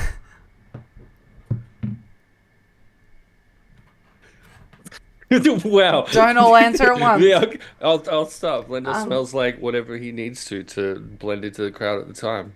He's got a whole bunch of little ointments to make him like blend in. Okay, I'm really having a time here, guys. I'm so sorry. You're fine. Astron smells like decay. Oh. According to Ash, Briley smells like apples. That makes a lot of sense. That does. Briley smells like a... What? Okay. See question 16 in the Discord. Thank you. Tybella, it would almost be like smelling something that doesn't smell. Does that make sense? Like there is an absence of scent that is absolutely deliberate. She currently smells of sorrow and regrets. Oh, She's also sense of smelling of loss. decay currently. Oh, she's not decaying yet. We'll give her. You don't know how fast the death encumbers Yeah, her. Delphine's got a certain spell that will keep her smelling just fresh for a while. I feel like Jonan smells like someone that naturally smells like Old Spice that tries to mask the Old Spice with something else. That's how we are frequently reminded that he's there. It's just a whiff. We'll just come oh, Jonan! Yeah. Yeah, it's like Old Spice, but he's trying to hide it. Probably has like a faint scent of liquor about him at all points in time. Yeah. Hikari. Yeah, Hikari is dragon's blood and petrichor and apples. Delphine is flowers, and realistically it changes daily because it depends on the flower. I think she would match her scent to the local flora. Mm-hmm. Every night when she meditates, because we had a little sneak peek of what happens when she meditates at night with the little ring of flowers. So she probably like builds her scent off that each night. Mm-hmm. Off the little flowers that visit her in her I sleep. love that. That's so cute. Also, I'm really blurry. I'm just gonna do the influencer thing. What does Marcus smell like? And is it belly button stuff? Well, it depends what belly button you're smelling. I would strongly suggest at this stage. I think you would smell like paper, right? Like books. So it'd be a mixture of that. It'd be what I put down as library chic sort, which is that sense of heavy papers, inks, and mixed leather with a close to whiskey-esque smell. Oh, nice. Because everyone smells like an alcoholic. I love this. It's great. Rayella would smell like would probably smell like caramel, likely. Like that, like caramel that's been on the stove sort of thing, like where it's like been cooking. It's not like artificial caramel. So Rayella smells like how I smell like every day. Yeah. Are you wearing the perfume I bought you every day, Salt? Yeah, excellent. Yes. Scarlet. Yeah, good. So I would have to say Scarlet would have two very different smells, almost like she's kind of changing her body chemistry. So a Scarlet, she is like those English flowers like rose, jasmine, all that sort of thing that you would find in a nice little cottage garden that has the breeze flowing through it. As Cherry, she would probably smell like fairy floss. Oh, okay. Love that. Love the smell of artificial fairy floss specifically. Me too. Me too. Big fan. Big fan. Hey, Deetwenty. You want to ask a question? I do. Did we find out what Prometheans smell like? Yeah. Yeah. Regret. Yeah, Promethean smells like regret. No, wait, I actually don't remember what Valinda smells like. Valinda tries to blend in wherever Yeah. he Oh, yeah, is. that's So right, it's that's similar to right, yeah. yours, except like more the smell of the people in the area. The smell of the people.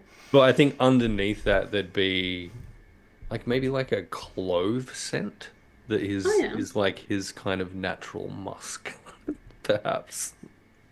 Hey, Deadly Hollow, thanks for the follow. That's very sweet of you. Also, That apparently rhymed. we met our sub goal. That's really fucking cute. Thank Hey. you.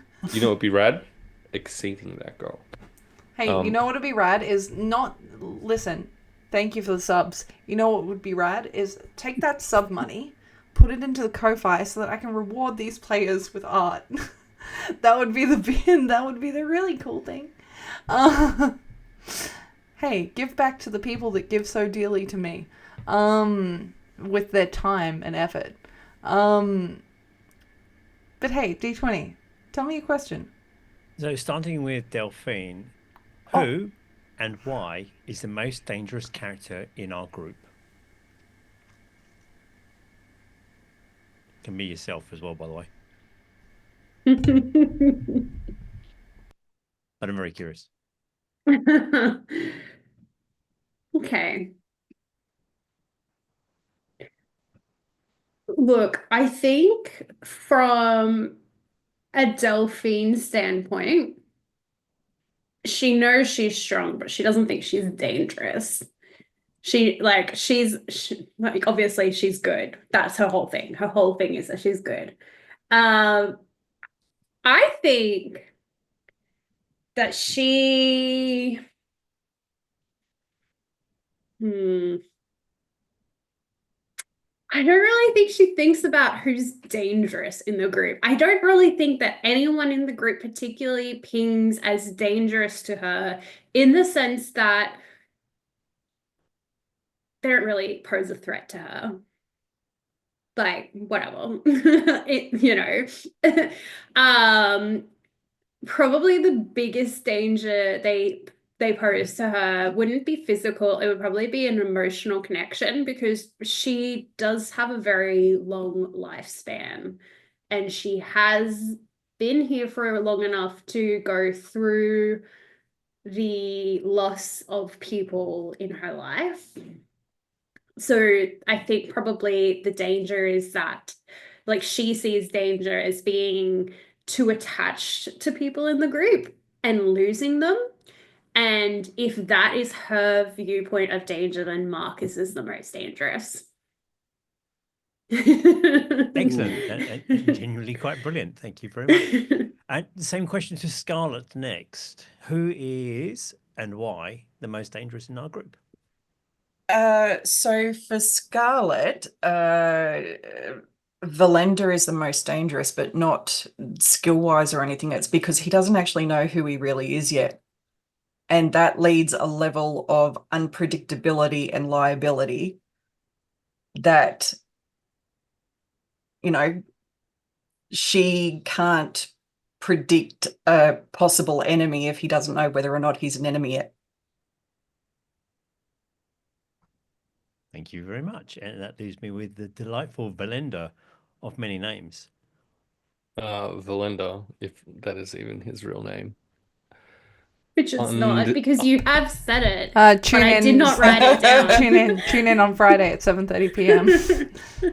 Understands that anyone in the right circumstances, and the important thing, I guess, for this is that Valenda's sense of danger is always going to be about his own self-preservation, and he understands that anyone in the right circumstances can be the most dangerous at a particular point in time. And so, like I'd mentioned before, his attitude towards Scarlet after her little blow up at Tybella is that she's a liability, right?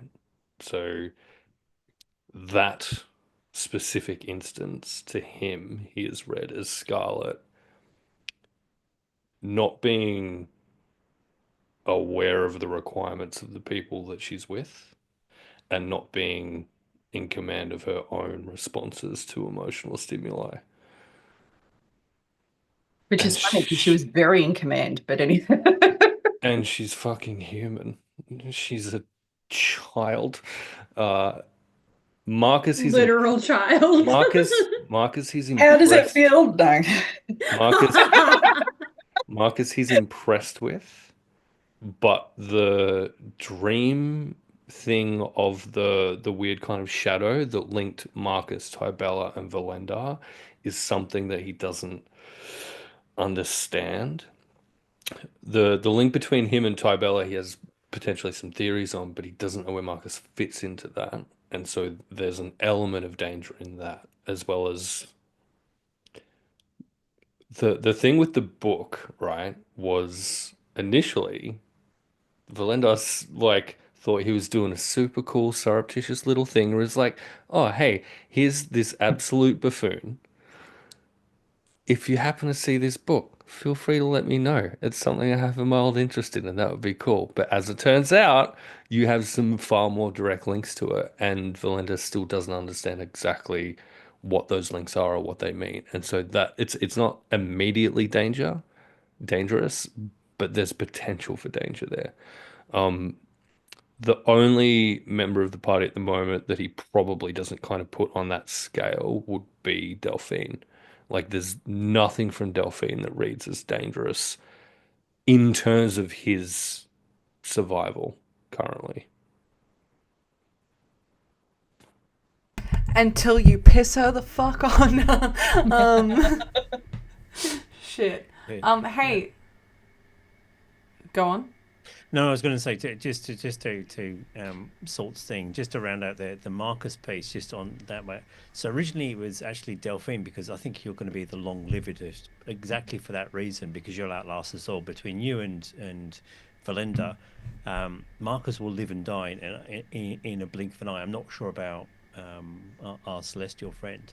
Until Hikari came along and the session that we had where he started talking about his entire background, because you'd come from this entire spirit plane. Marcus has got an entire book on what you've said and how it's worked out. But Hikari has come in and he has made some very, very directive statements and seems to have some incredibly interesting knowledge about people that Marcus now cares about. And the danger bit has gone from not knowing where we were, because when we were in Bray Ella, there was still an element that you were sent by the spirits, and in that time at the moment, especially when the book was there, wasn't sure how you were going to react. Did you have other agendas? But you actually became this kind of pure heroine type thing, this figure of, apart from carrying Marcus out of danger, which was amazing, by the way. But Hikari has got, there's an awful lot to Hikari that there is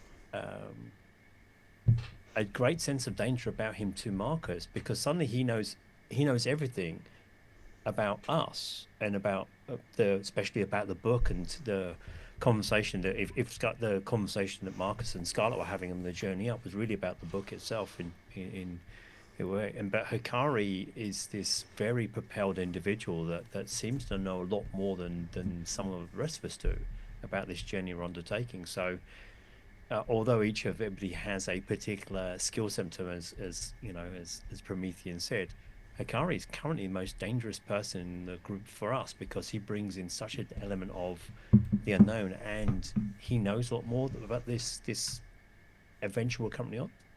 But it was Delphine before that. Interesting. Like, Valinda probably sees Hikari at this stage, and this could very easily change, as a potential catalyst for danger. The danger that Hikari poses to Valinda is setting Marcus on a different path regarding how Valinda wants Marcus to interact with Tybella than he's currently on. Right, because like Hikari's existence and the information that we're now privy to has that created a tension with the Briley situation, which Valinda probably does not give even two shits about. But you have utility right now, and it puts that at risk. So Hikari's a catalyst for danger on that score, I think. I love that you guys all have an opinion about Hikari, and myself and Delphine both don't, because I wasn't in the session, which means Delphine went for a walk. So you guys are like, he told us all this background, and I'm like, I don't know any of this background. Delphine was like, you know what? It would be a really nice time for a stroll. Hey, I have a question, and it's for all of you. And Lockie, if you're still in the chat, feel free to answer this question also. Thus far, Lockie, we shopped together, and he carried me in my cat form. Yeah, he didn't judge me when I licked a pebble. And bit some dude's ankles because Hikari wasn't very good at haggling. That's the one thing Delphine knows, not good at haggling. But we'll carry you and give you scritches. Yeah. And won't drop you when you accidentally turn back into your 6 foot giant. Yeah. I got you. I got you. That's fine. Yeah, someone that doesn't know how to carry people. Promethean. If you caught Radiant Shadows last night. Hey, before we go to Ash's question, I have a question that's from me and not from anyone else. Thus far, what and Lockie, again, answer this if you have an answer. What has been the easiest and the most difficult part of the campaign for you to roleplay? I'll go first. Mm-hmm.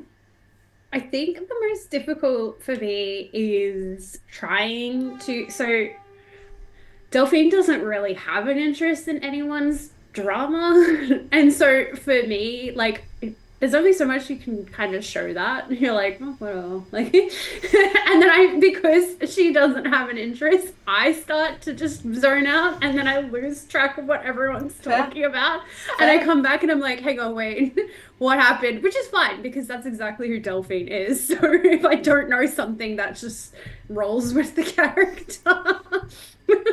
But I think that the easiest thing is making connections with people in the group just seamlessly. Like, she's not like out there trying to like become their friends or like doing things in particular to like earn favor with them. She just kind of like has built a little connection with each person in the group in a specific way, except probably Scarlet. I don't think she's really connected with Scarlet yet.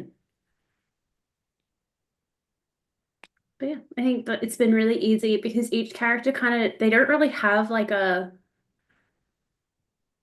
wariness of Delphine. They're just like, oh, here's this chick that spits pebbles in our hands and gives us flowers. Okay. Like, they've just rolled with the punches.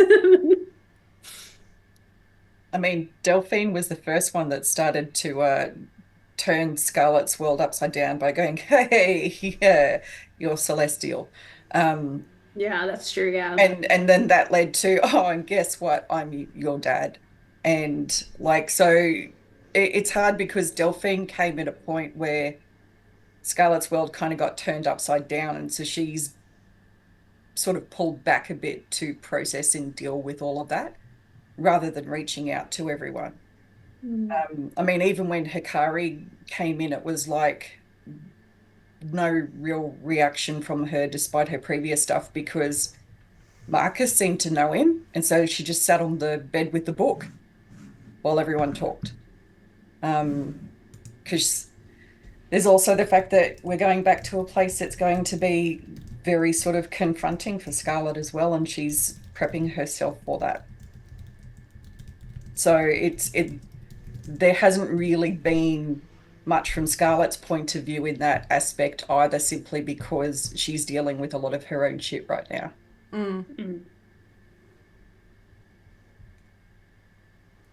Does that make sense? Yeah, no, it does. It's fun It's listening. a timing thing. No, but it's also fun listening like to that comparatively, like every kind of scale of difficult to not difficult for each character is different based on their experiences within the campaign and the things that I've kind of thrown at them, right? So it's interesting to hear the dynamic. Because that's it. We've had like 2 new characters, and Scarlet is very sort of bubbly, and I'm just going to make friends with everyone in many respects. But that has not been her because she's having to deal with all this other stuff in the background. So it's been very different playing a more serious side of her when I brought her in as very sort of flippant. Oh no, I think my net is going a little bit funky. No, you're fine. Hey, but yeah. Seems fine. Okay, great. You were all in slow motion, but it's okay. Hey, love that. Who's next? Okay, since neither of you want to be next, Lockie. The easiest bit of RP was certainly the shopping scene, the I don't know how to haggle IRL. My favourite part of that was, my wife left me. That was mine did too. And then the counter of my wife left me as well. It's also my daughter's Do you want some yo-yos? Fucking yo-yos. What the fuck? It was truly such that a was true, Emily. I didn't plan for this panic. Like, that's what that entire scene was. It was great I because knew it was that I was comedy. I knew that I was going to speed run the shopping as much as humanly possible because I fucking hate shopping. I hate it so much. Whoa, why did Zoom just fucking disappear into the abyss? Whoa. You're fine. It's back. It's great. It just went. Cool. It looked really cool too. Yeah, that was excellent. And my other favorite line of that scene is that, you know, there's a moment where he's like, the guy is like, hey, you know what would help? Therapy. And then is like, goes on to some other tangent, and then the guy's like, hey, you know what would help with that? And Lockie goes, my first jewelry kit for 65 gold suits. I had to try so hard not to laugh in that moment, because I was so stressed in the background being like, I've got to remember to tell Rin when the time is to come into the session. But we were so, like, we entered that session on such a high. We were like, oh, we're going shopping, we're going adventuring. Absolutely not a care in the world. And I was like, oh no. The hardest the part... complete spectrum of emotions we went through. Yeah. The hardest part for Lockie so far has been the room in the inn, the tension and learning that Valenda, or someone who looks like him, had tried to kill Briley. And the context, I guess, for that, for anyone who hasn't seen it, is there is a scene that we played. There was a bunch that was cut out of the scene, so I have to be really careful. There is... Go on. Yeah.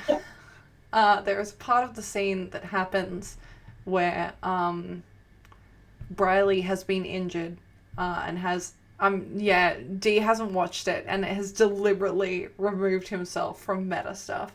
But there is a moment where Briley has been injured.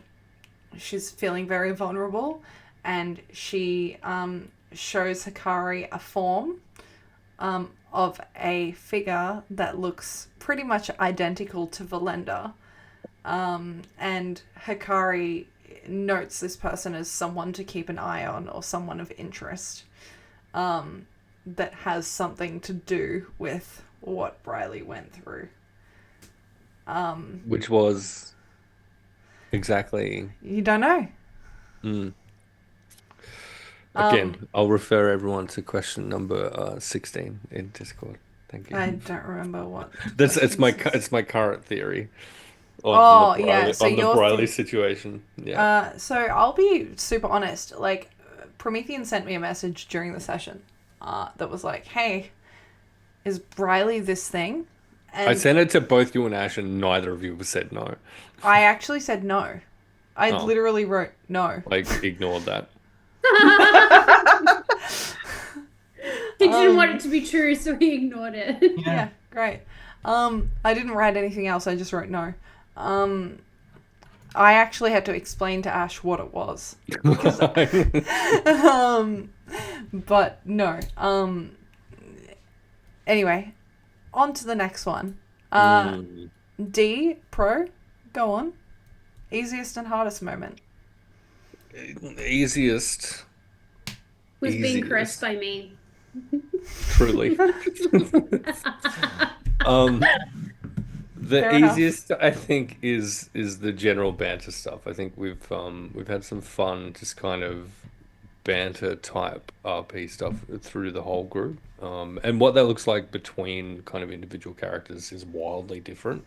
And I've super enjoyed that kind of part of it. Like, whether it's, you know, passive aggressive and tense, or, you know, just fun and not that. It doesn't matter. Banter is banter. And that's been super easy in this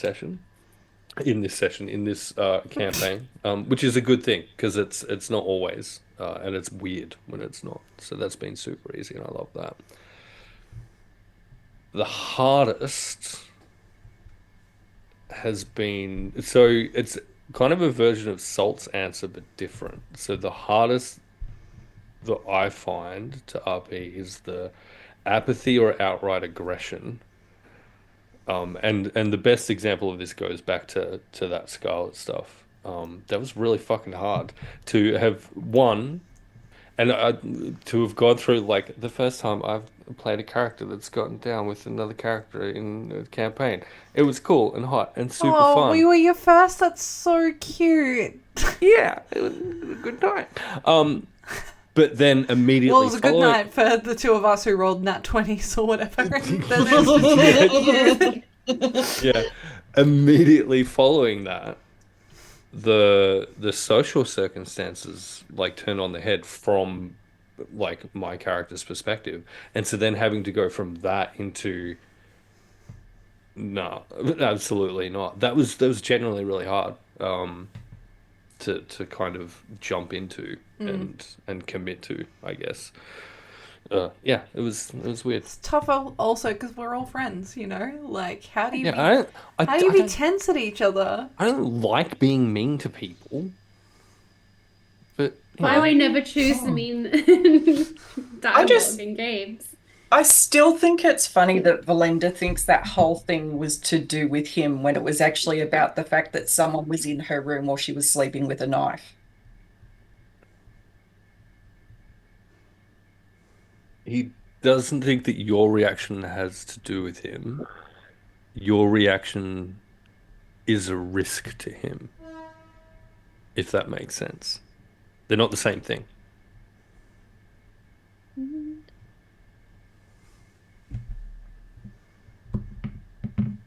Mr. Wenty. Whoa, the tension in the air, we love it. I know. It's exciting just to behold that. So the hardest thing is, as Marcus being a coward, when he gets into confrontational situations, mainly around Tibella, he becomes very verbose. And the difficult bit is I don't want to cut you out. Marcus would just talk. Emily's done an incredible job with Tibella to cutting me dead, but that just makes Marcus more nervous, so he spouts even more shite. So I have all these points of umming and ahhing and driving that.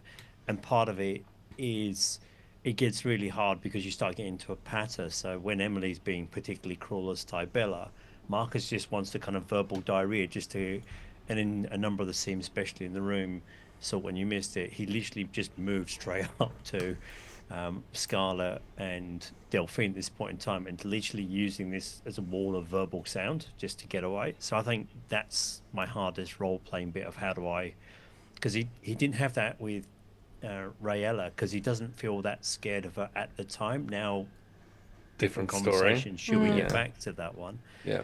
And with the latest encounter, that was just different because I think it's been said she didn't care about us, so we weren't a direct threat. She wasn't trying to kill us. She just wanted the book and the rings.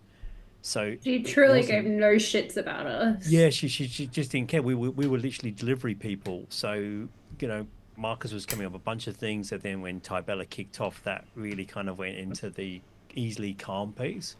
But when Tibella's directly in the face of one of the party members and looks like she's about to tee off, Marcus becomes super nervous. Yeah. And the hard bit about role-playing that is not to just have me just talking for 15 minutes to be shut down by someone else. And that's what I'm looking for the rest of the party, to actually shut Marcus down, because it's actually just a fear response, which is a weird thing to role-play. It's not, I don't want to steal the scene all the time. Literally, he's just scared as part of it. So shut me down at any point in time, folks, because he's literally just a bit.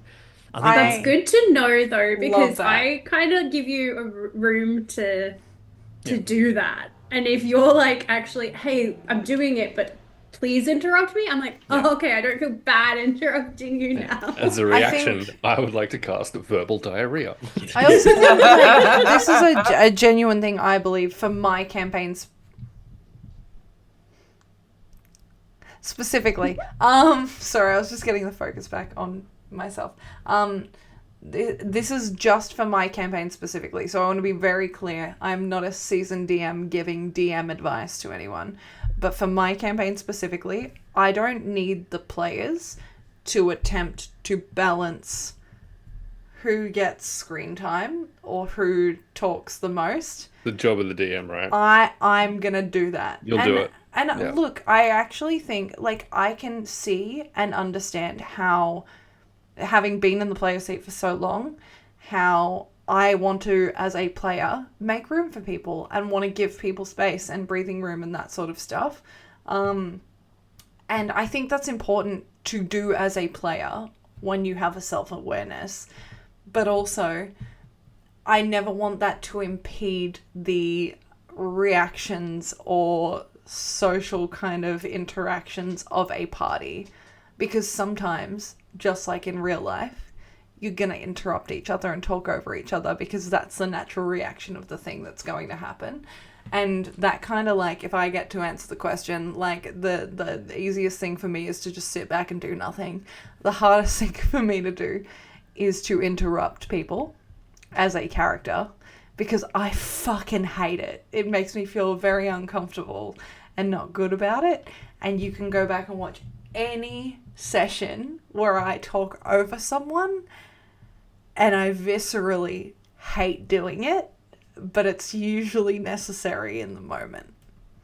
And I'll say this as also not a veteran DM, but having also been in a similar position where I can see players are going out of their way to kind of step out of, like the spotlight thing, right? Mm-hmm. Trust your fucking DM, right? If it's being given to you, it's going to be in service of the story, and that story is in service of all of the characters. If you've got a DM who isn't a piece of shit, right? And as it turns out, I don't think Emily is a piece of shit DM. So I think you just think I'm a piece of shit. It's fine. I absolutely do not think that. It's the deliberate adding of DM to the end of the sentence. Look, no, no, we're not going there. I'm going to 1,000% trust your fucking DM. Yes. If you're feeling in that position, that's the answer, right? Trust your DM. And if you're feeling and don't know what that is, then talk to him, right? That's part of the deal. Hey, Lucky, that's too nice and you're banned from saying that stuff, or I will take away any future inspiration you granted. I was going to say that the easiest bit of role playing with this incredible group is just the. See, I interrupted you. Bizarre. I'm ignoring you. Some of the bizarre pieces that you come up with that we have to interplay off, because you've said it. There is different dynamic with every group member and every interaction. We go from these incredibly tense situations where occasionally Scala and Valinda having this moment to these wonderfully just bizarre pieces where your paladin would just turn up and then suddenly just shape change halfway through and go, oh whoops, she's a woman that's incredibly dangerous, has a huge intelligence, and just is kind of a bit ditzy every once in a while, just does these things. And then we've had Lockyer Sakari come in, who's tried to be this genuinely nice kind of balanced individual. Everyone hydrate, please. Yeah, who's just like, crap, and then he's got a daughter and a wife. Apparently, so I look forward to that one. So, supposedly, yeah, was that supposedly. True? Yeah. So that I think that's just the general brilliance bit of having to put up some of the shenanigans has been so much fun. That's super easy. I love that. That's really cute. Thank you. Hey. Sorry, I do have to dip out. I know. Yeah, I was about to transition into a break for you for 30 seconds. Do we need maybe a 4-minute break? Yeah, let's do a 4-minute break. I only need 3. I'll need 4. We need 4 because of the content this evening. Hey, we'll be back in 4 or less minutes, depending on how fast we get our shit done. We'll be back. See you shortly. I am flabbergasted. I am befuddled by the buffoonery before me. Obedient? What? What the fuck?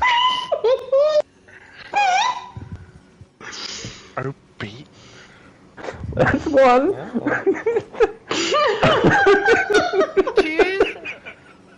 Choose your next 2 so fucking wisely.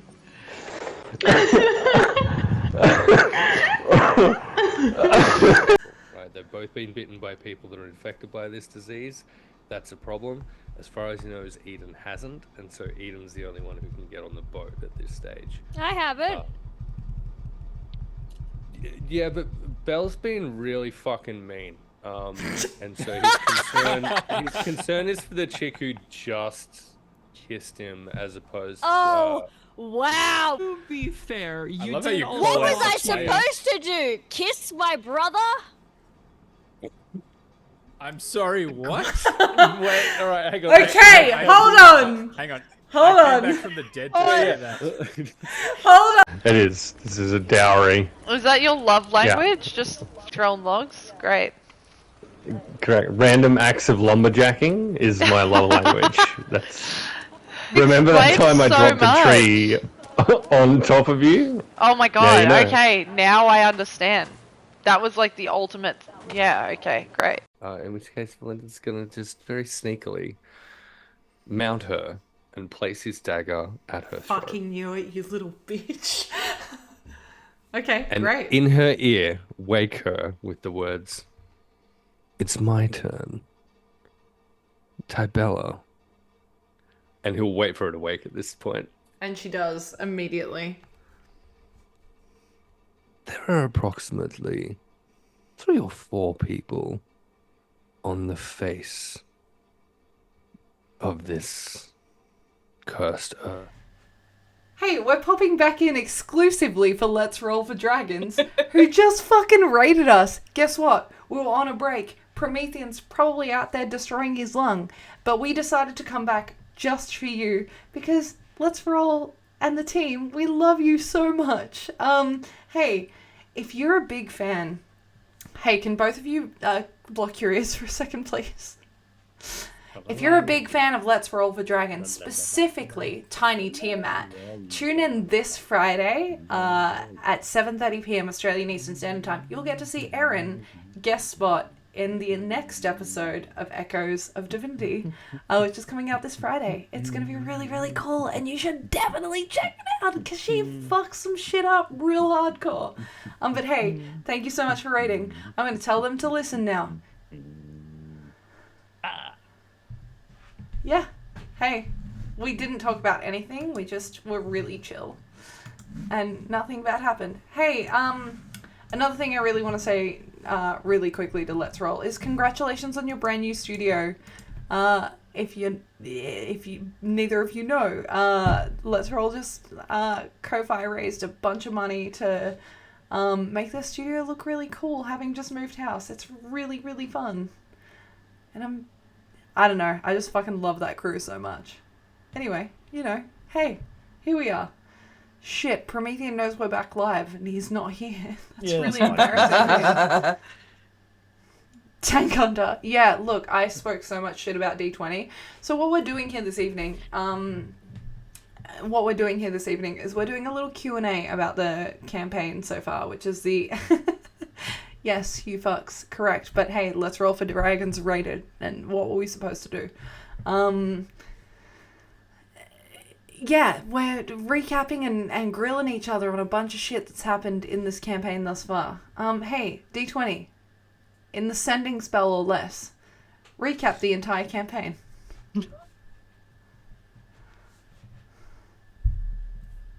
Met up. Got a quest. Went to get some booze. Wait, went to get some booze? Yep. Killed NPCs off. Drank booze. Hallucinated. Massive plot discovery. Here comes Came back. Promethean. You've got 4 more words. Welcome back, Promethean. We're not live at all. You absolute fucks. I love you all dearly. Regretting wait. life choices. Never. Now. So the reason we're back, Promethean, is that Let's Roll for Dragons rated.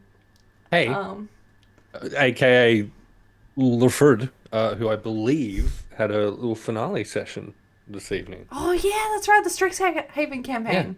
Big fucking deal. Yeah, fucking excellent. I was hyping up about the studio that they just raised a bunch of funds for that looks Successfully raised fucking funds for, I believe. Yeah. rad. Love you guys. Yeah. Yeah. I'm glad that we had the exact same reaction. Hey, let's roll for question. Fucking outstanding segue. Well done. But I'm gonna roll on behalf of our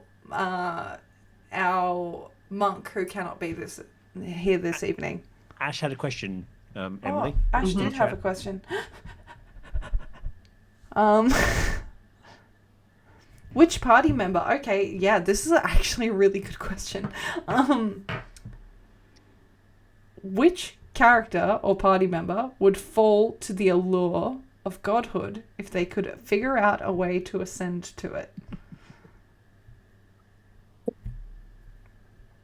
In a fucking heartbeat. I know you would, you little shit.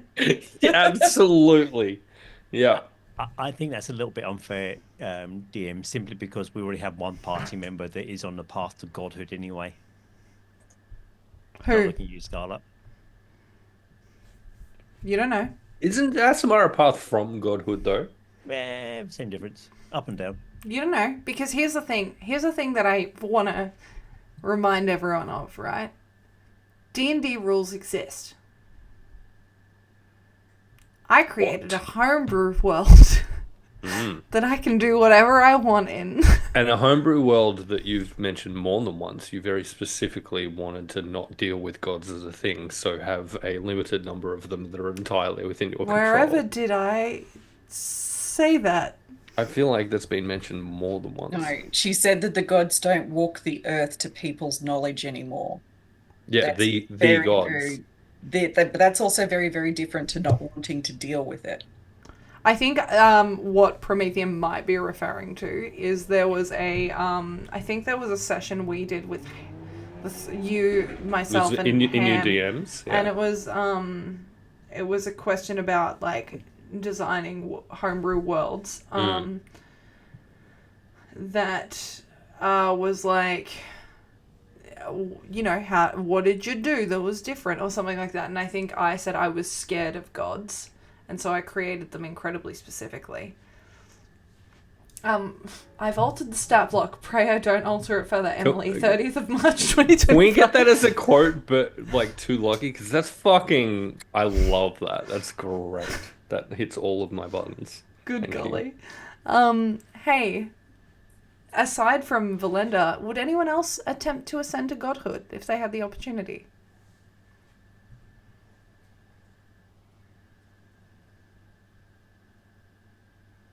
I think in her current state, too much responsibility. Mm-hmm. But after a few more experiences, yes. Okay. Marcus. So currently with Marcus, I think you need to understand the book a bit more, what godhood actually means, as it's a little vague. And there seems to be a pathway. So, and I think it's going to turn out to how he's literally with a group of characters that, you know, party members that won't age as far as his work. I mean, still Scarlet, You will still die young, far but before anyone else does. yeah, literally. So Marcus is well down the path of the grave, and it'd be a blink of an eye, as I said, to at least 2, possibly 3 of the party. Oh, that's a good and question. it just depends on the relationships he's had with them. And does he want to stay around and do that? And would this be a pathway? Or if you give me that book of you know, ultimate evil and I become a lich, I get to hang around anyway, right? So yeah. One of the things I love about Marcus is, despite that, and the kind of aging thing between Marcus and everyone else has kind of been a thing pointed out a couple of times. Regardless, I feel like Marcus's legacy, like the type of person that they are, will far outlast any of the rest of us, based on where we're at now and the kind of people that we seem to be now. Marcus's legacy would absolutely outlive us all. Yeah. And I fucking love that those two things are kind of counted against each other. Yeah. We have an addition to the question, which is god of what would you be if you ascended? Yeah, like it's homebrew, but is there like a domain that you would rule over or something that you would be the god of? And why is it god of sluttiest fucking rogues in Demata? God of slutty rogues exclusively. Tolera, you were saying? Balance. So in Scarlet's world, there are a lot of people that are cruel, that are in positions of power, and that's how they keep the power. So she would want to balance things out so that people who are worthy, but not necessarily from the best starting position, or, you know, basically just even things out so that everyone had a fair shake, whether it was power, whether it was life and death, whatever it is. Yeah. Just balance. That's cool. I like that.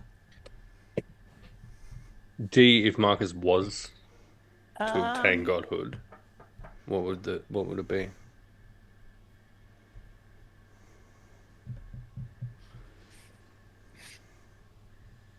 There's the hilarious answer and this vaguely serious one I want to go for. No, do both.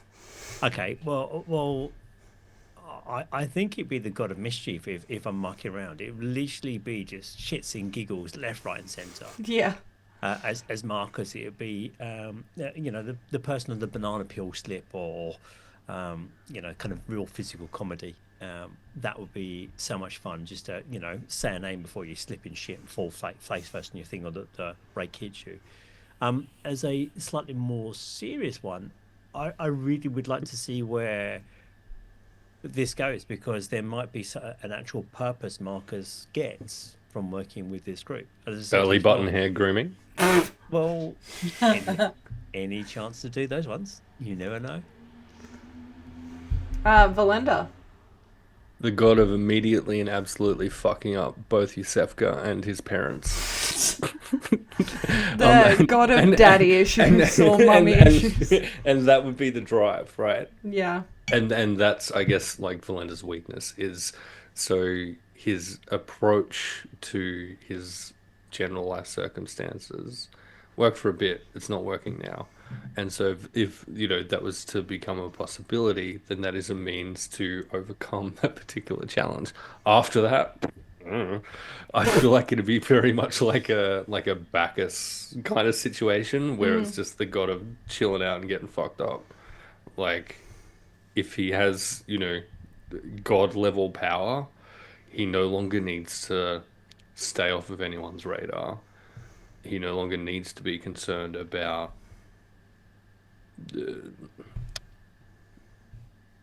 escaping attention. Yeah. And so that's the path of least resistance, is just the god of getting fucked up. Yeah, okay. That makes sense.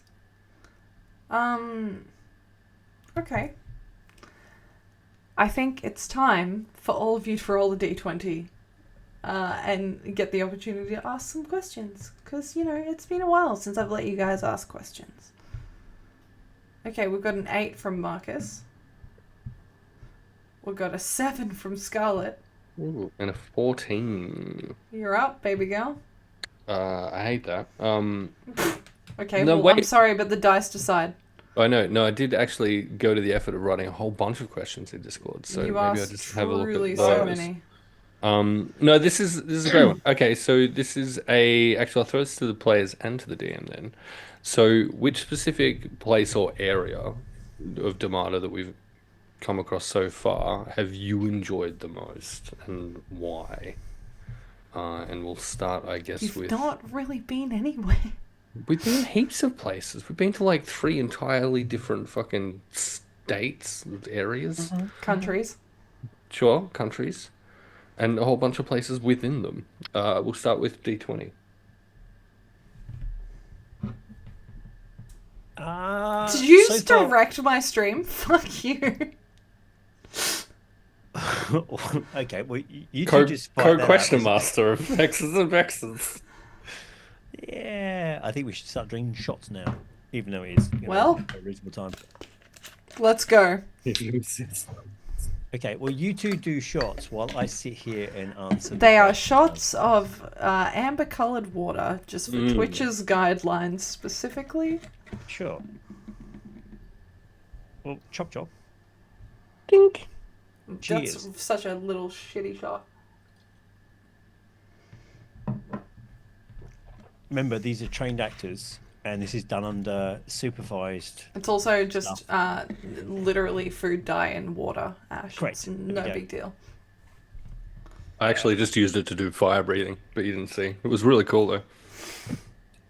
So favorite location so far has been lots of places Marcus would like to go but hasn't been allowed to yet. But Agora's and the castle so far because it is so much mystery to it we've yet to discover and loot.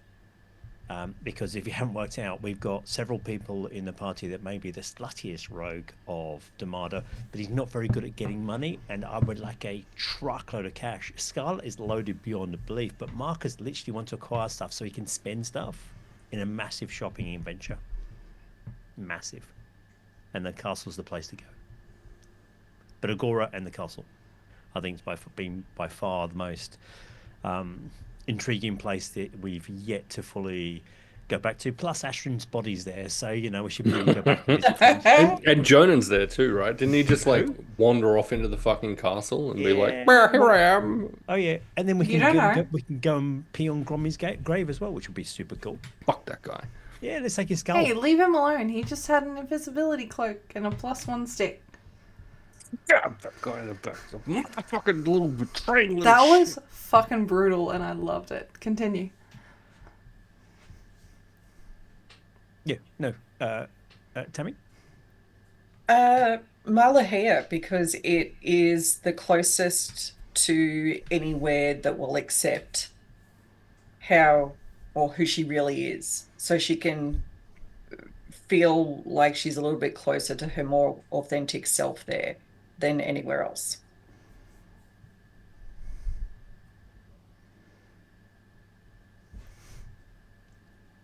I'm also a big fan of Malahia. I think it would be fun to explore a little bit more in depth. I think the favorite though was probably the ship that we traveled back to Agora with.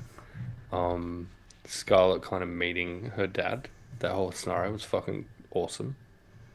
Love that entire thing. It got real awkward real quick in a whole bunch of different ways, and it was super fun. And I think as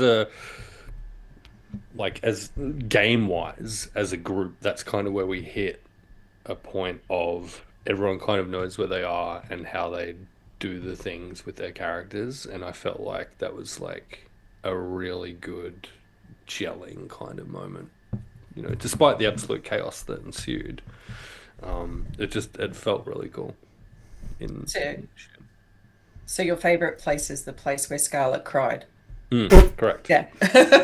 Ironically, I was also going to say the boat. Because you were in a passage between multiple places.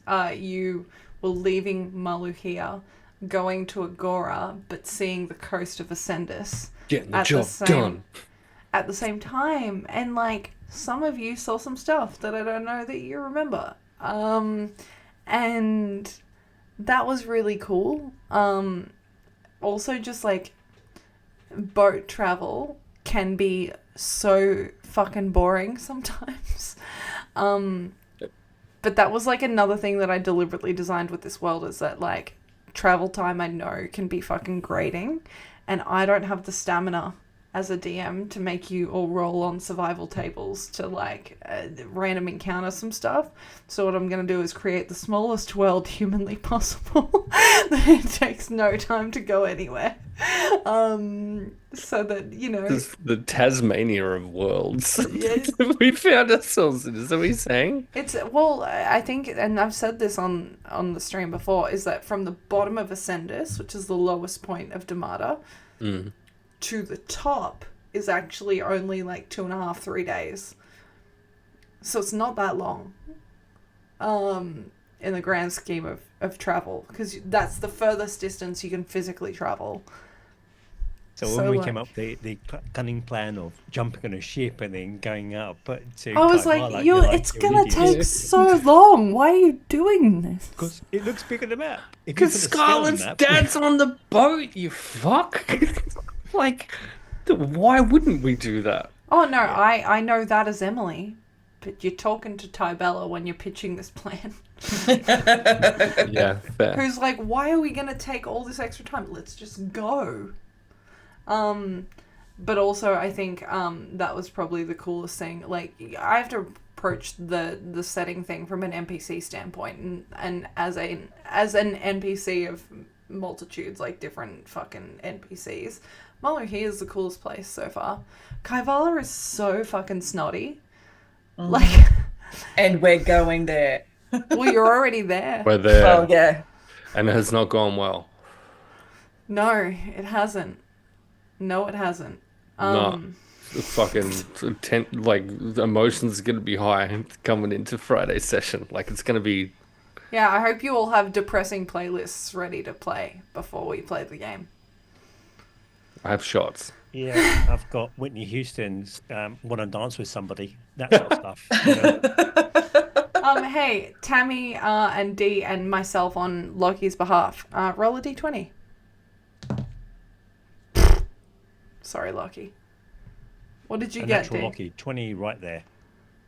A Q Soundwave 2010 playlist. Fucking hell. As someone that was likely at Soundwave in 2010. Yeah, fair. Go on, Dee.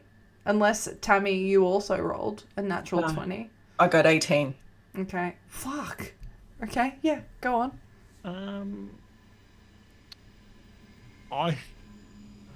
What's been the most surprising thing you've discovered about your character so far, Tammy? As a player, or that the character As discovered a player, because I said these things tend to be bits of paper you've written on, right, and some ideas, and as you play the game, you kind of find more and more about your character. What's been the most surprising thing to you?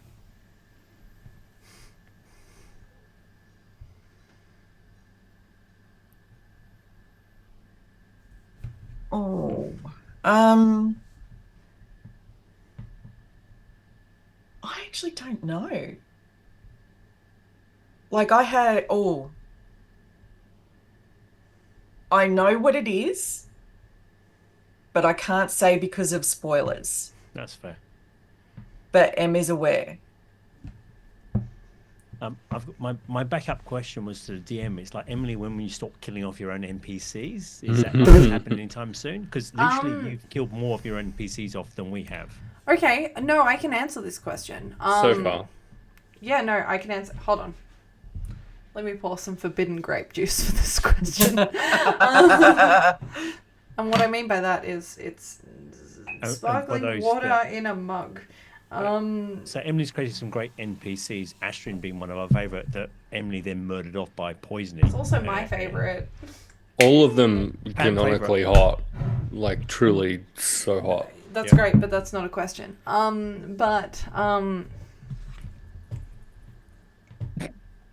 Does this mean Grommy was hot? Everyone's hot. He was hot falling in his own blood. Everyone's hot. Everyone's hot. Jamada, everyone's hot. He had a blanket. I don't know what's difficult to understand about that. Everyone is hot. But who doesn't like a little muscly kobold? That, like, ticks some people's boxes. Everyone's hot, but in purple and fabulous. Correct. I feel like Belinda has said that at some point in time. Considering the aesthetic of this channel is purple. Yes. Okay, when am I going to stop killing off my NPCs? The reason I'm actually excited to speak about this is that none of the NPC deaths have been deaths that I've narratively written into the story. So Astrid's death, and you know, she's not coming back, so this is not spoiler territory.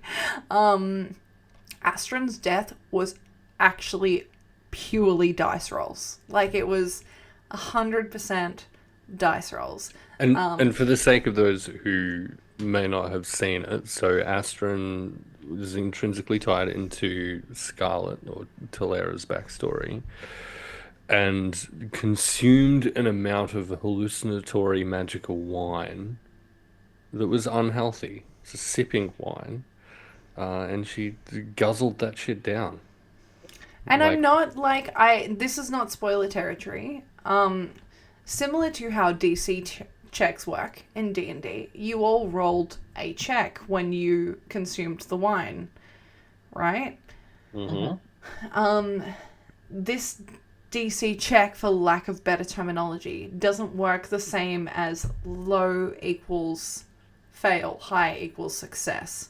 There is a custom version of that isn't the opposite either. It's like a completely customized version randomized of table, where the scale of fail versus success is. You know, the Nat 1 version or equivalent is, fuck, this person's like probably gonna die. And then it's a reroll scenario. And you re-roll on the same table, for lack of better terminology. And Astrid rolled the same number twice in a row, which was the equivalent to natural ones. And it was one of those things where it was like, I really tried hard to keep her alive. Because I was like, fuck, like, what do? I don't want her to die. And it became one of those things where I was like, do you know what? You only feel this way because this is your character. And I was like, kill your darlings, let them go. And I was like, yeah, I gotta kill my darling. And it was really frustrating and really upsetting because I had a lot of stuff planned for Astrid and a lot of stuff that she could have shared, or, you know, a lot of things you could have learned from her. You know, you guys found some stuff on her person that has been linked to some stuff within the campaign as well. Like, she definitely was pretty useful, but it just wasn't meant to be. The other side of that is the Tybella stuff, because Tybella is canonically dead within the campaign. And, you know, not rolling death saves dead. She's dead. Dead.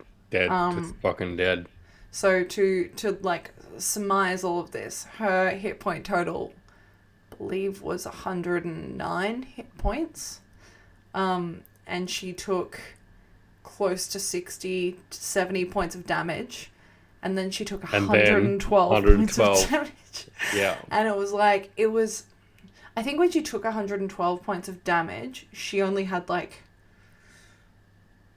I want to say like 1 or 2 hit points left. It was so fucking low. Like, I think what I said on the stream, I've gone back and rewatched it. What I said on the stream is not correct. Like, she did not have as many hit points as I said on the stream.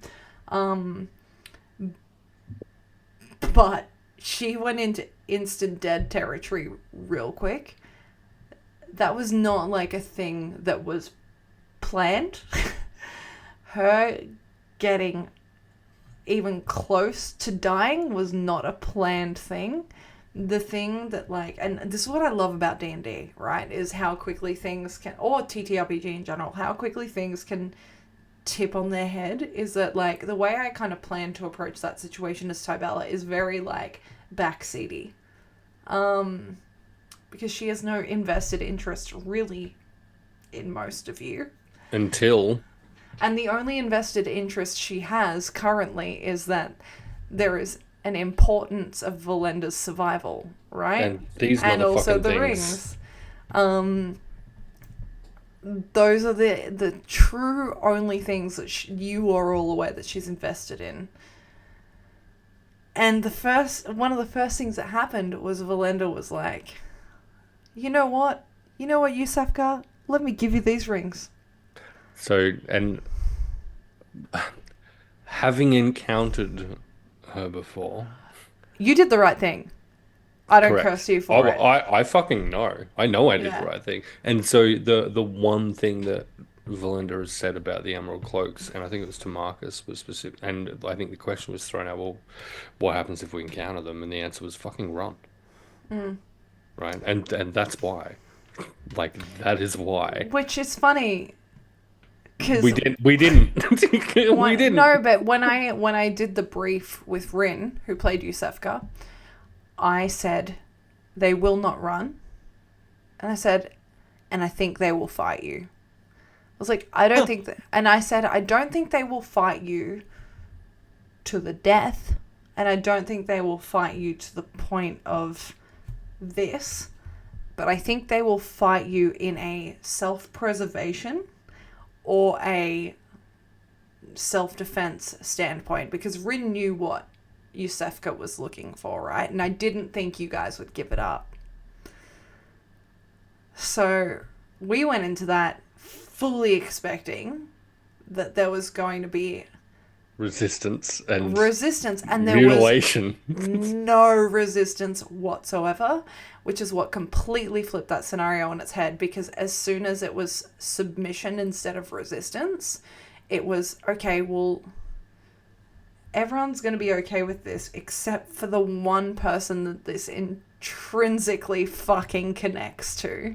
And fuck you for that, by the way. Which is Tybella, who has spent her entire life serving this group and is the only one left alive from this group. The Veil Keepers, that you so willingly were ready to give up. And this is a conversation I can't... We can't have anything I past will this have a conversation with that fucking corpse if I have to go into it, because genuinely a very cool fucking point. It's like Tybella being devoted enough to put herself up against a foe that was so fucking clearly more than capable of it's like I but that's your perception of the thing. Yeah, I know, and I'm not gonna say it anymore until Friday, because like I'm genuinely looking forward to you can't have a conversation with a corpse. Wanna bet? Yeah. Watch me. Okay, great. Hey, Mum and Dad are fighting, guys. Who's left to answer this question? What was the question? Promethean was the I'm now looking at much more hilarious conversations. Oh, the surprise thing. Yeah, surprising thing you learned about your character. How invested he would be in the concept of having a friend. Because the whole bit, right, was Emily's in my campaign, I'm in Emily's campaign, who's going to out-edgy rogue each other, right? And so I came into this and I'm going to be like the edgiest fucking rogue. I'm going to be like such a badass, and I'll be like fucking lone wolfing this shit without being a dick about it, because no one wants to be that guy. If you do want to be that guy, don't be that guy. But I will. Like, yeah, fuck you.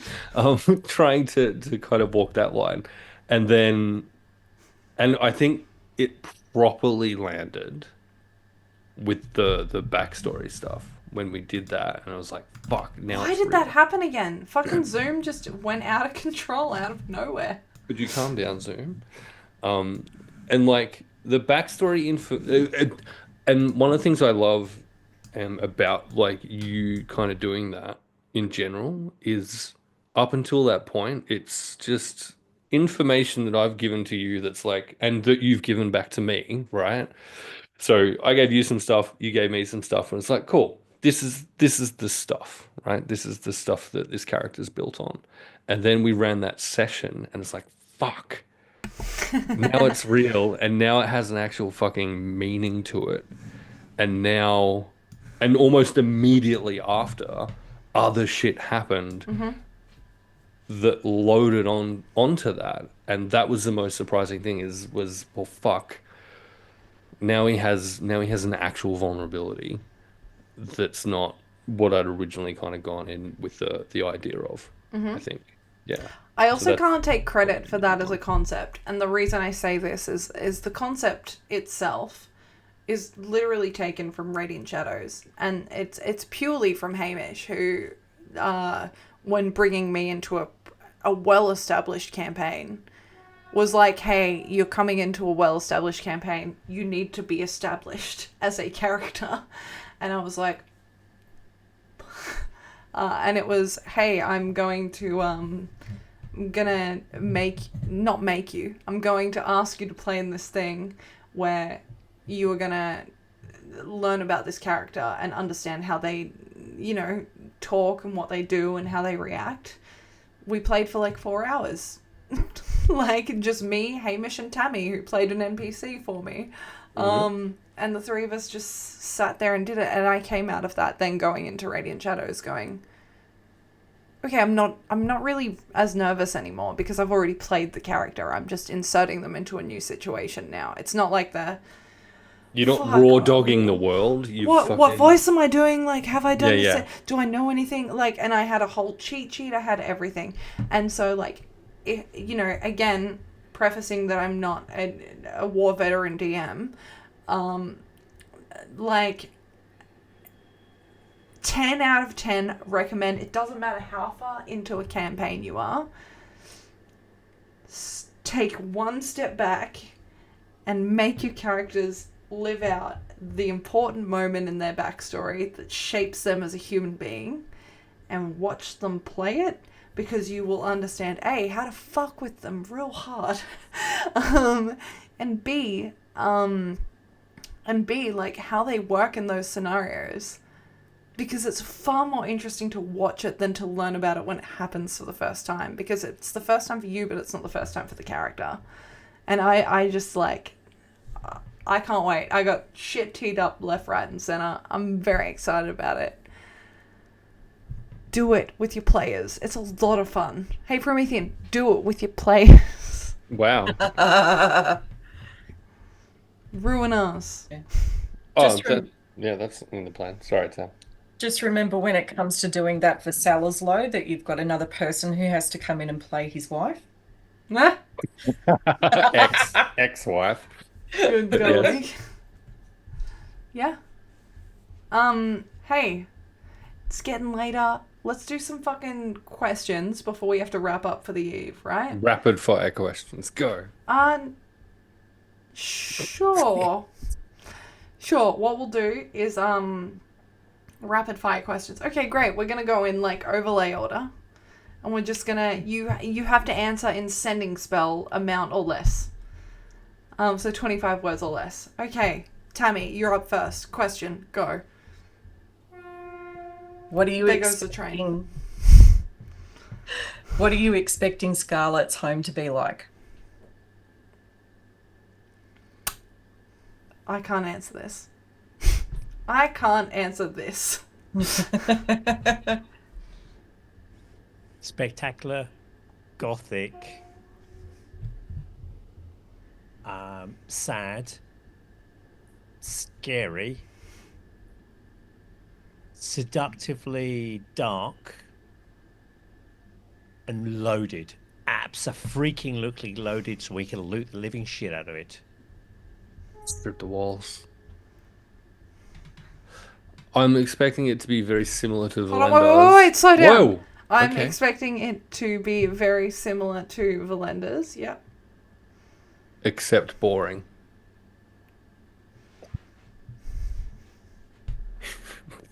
Okay, great.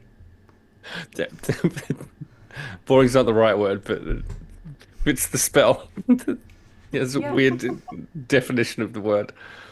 No one's being murderously sacrificed, I assume. You don't know. Not yet. I don't know. You're right. Yeah. Okay, great. Next in overlay order is D20. Go. What would your character like to explore story-wise? 25 words or less. And I'll start with Tammy. Antara's disappearance. Whoa, that was really succinct. Wow, whose disappearance? Antara's disappearance. She has explained to you who Antara is before. And it's one of the reasons she had thrown going back to Malahir into the pot. Yep. Okay. It was in those copious notes that everyone other than me's written. Yeah, probably. So Antara was the leader of the entertainment troupe. Yep. Gotcha. Okay. And Jonan and Astrid said that he went across to Malahia and no one's heard from him since. Cool. Yep. The easy one for me is the shadowy link between Tybella, Marcus, and Valinda. Yeah, cool. I can't answer this question. Liar. You can. I You're can't. choosing not to. There's a difference. It's not fair for me to talk about. Prove it in your question, please. If your character could go back in time and change one thing, what would it be? Yeah, Emily reacting the way that is appropriate given. 25 words or less? Good luck.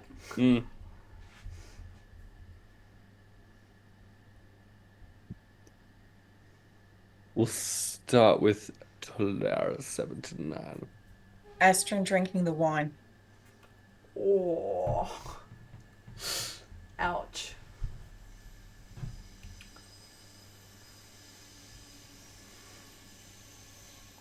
Not making Rayella drink wine while we're in the room Yeah. and reading her thoughts. Okay. I can answer this question. Oh,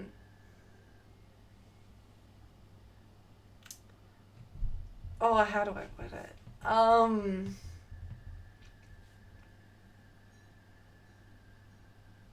Can answer it. It's just wording it correctly. Is it? Let's play Call of Cthulhu, You're All Dead. Yeah. What? Wild that you knew I was going to say that.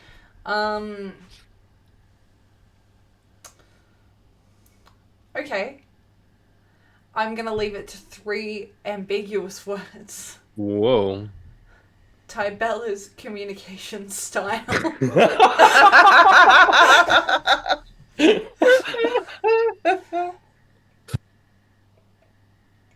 Yeah, that's pretty good. You don't know which situation I'm talking about. True. Hey, I've got a speedrun question from Lockie. Name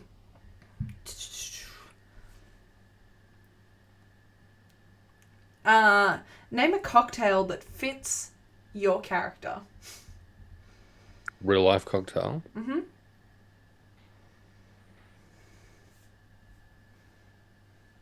Deetwenty ran. That's how scared of this question he was. Okay. Let me search some stuff. I've been asked to give one for the. Yeah. Okay. Great. Ooh. I've been asked to give one on behalf of Damata, and I think on behalf of Damata, I would say penicillin.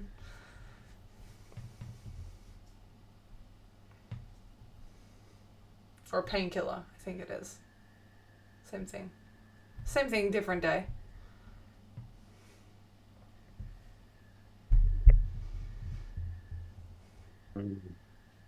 I'm really tempted to say cocksucking cowboy, but it's not accurate. On some levels. I can't ask the next follow-up question I was about to ask. But I'll message you about it immediately Great. following. Excellent, I love that. I don't know if a cocktail qualifies. I feel like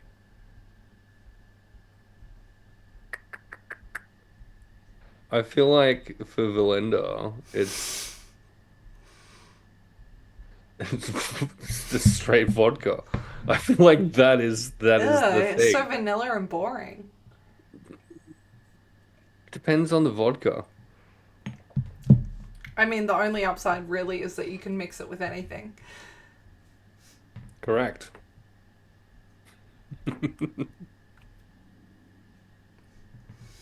Who's next? I'll go with a passion fruit martini. It's sweet with a little bit of Ooh. tartness. Okay, love that. Love that. Also yum.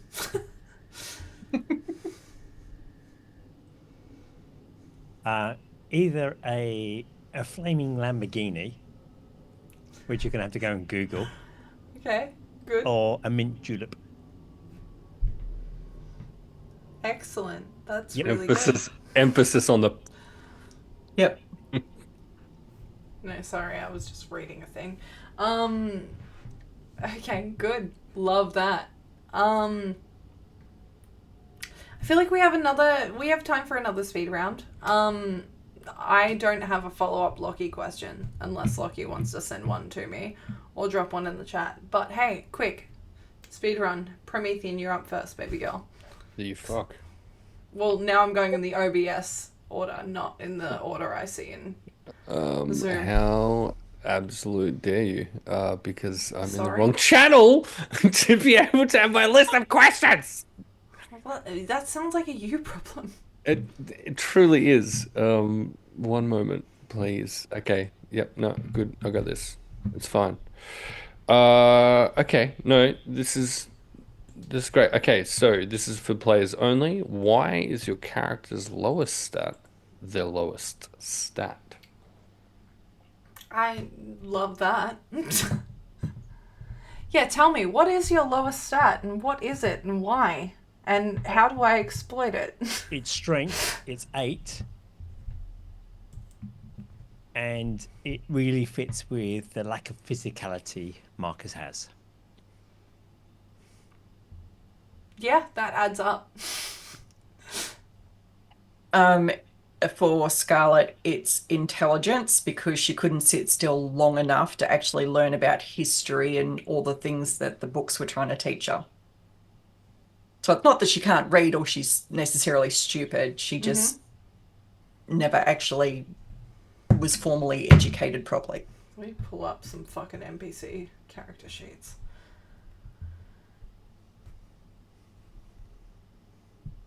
Promethean, are you going to answer your own question? I hadn't planned on it. You should. It's strength, and because of lack of vitamin D. Yeah, fair enough. Tybella, who is dead, as the character sheet is reminding me. Wow. Conditions. Dead. Wow. Who killed Tybella off? That's so weird. I know. Who, by the way, I can reveal this now that she's dead, was level 11, was a... Let me guess. It's nearly double us, by the way. Yeah. She was multi-classed. Mm-hmm. At least a couple of levels of rogue. Stop looking at the screenshot. I'm not I'm stupid. not looking at any screenshot. I'm looking at you on Zoom. Yeah. What screenshot? Okay, cool. Oh, I did send you guys a screenshot of the dead, and I realized that it had her levels in it. Yeah. Oh. Did you? I Yeah. haven't seen this. I'm really excited. I never saw that at all. Did I get it? To magically come It up was with in the Echoes chat, so yeah. Okay, so if you're truly guessing, I want to know what you're guessing. Because you said she wasn't a cleric, right? Correct. But she had magic abilities, so that leaves she wasn't a paladin because she wasn't wearing plate mail to do that one. So that only leaves a sorcerer, a warlock, or a druid. I think at least a couple of levels of wizard makes sense in terms of the chasing down the knowledge. She was wearing, but she was wearing armor, so couldn't have been a True. wizard because she was a shape changing from there. She could have been a warlock or a druid, and it's the spell she cast at the end, which is that flaming stuff, and she didn't use any defensive, so she's unlikely to be a warlock because she would have used other better spells, because the last spell she used was a bit shit. So I'm guessing she's a druid. She is 8 levels of druid and 3 levels of rogue. Yep. Awesome.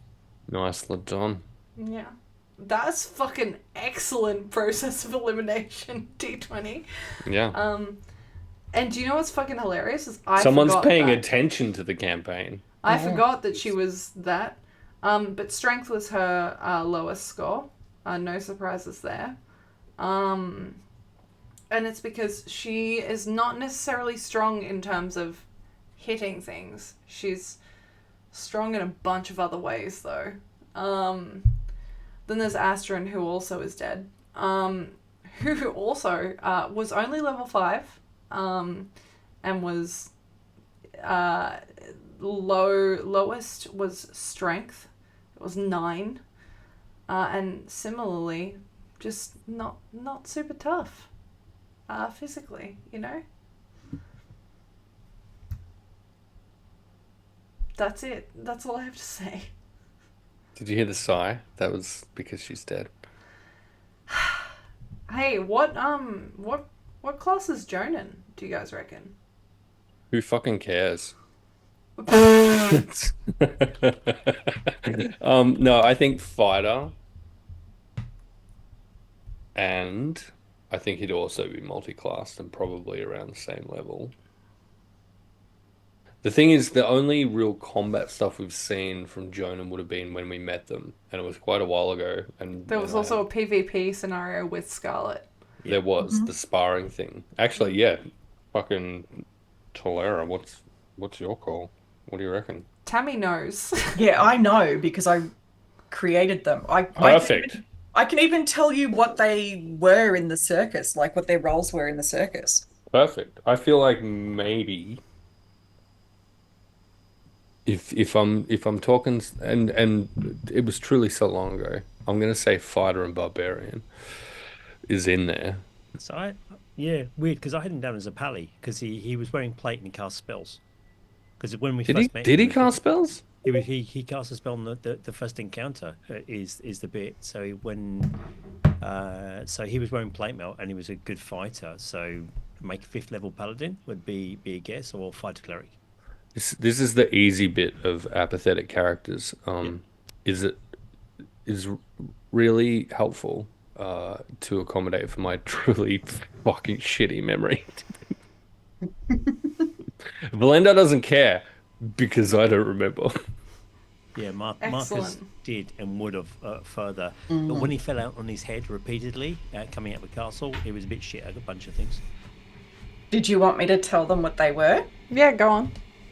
So they were both rogues. He was an arcane rogue and she was a thief rogue. I thought it was in plate. So I had a note of he was wearing plate mail. That's my bad name. And in the circus, they played the magician and the magician's assistant. So I remembered that bit, but honestly, I had a note down that he was wearing armor. Oh well. There's ways to wear armor without having those classes. Oh yeah, no, yeah, again. Yeah.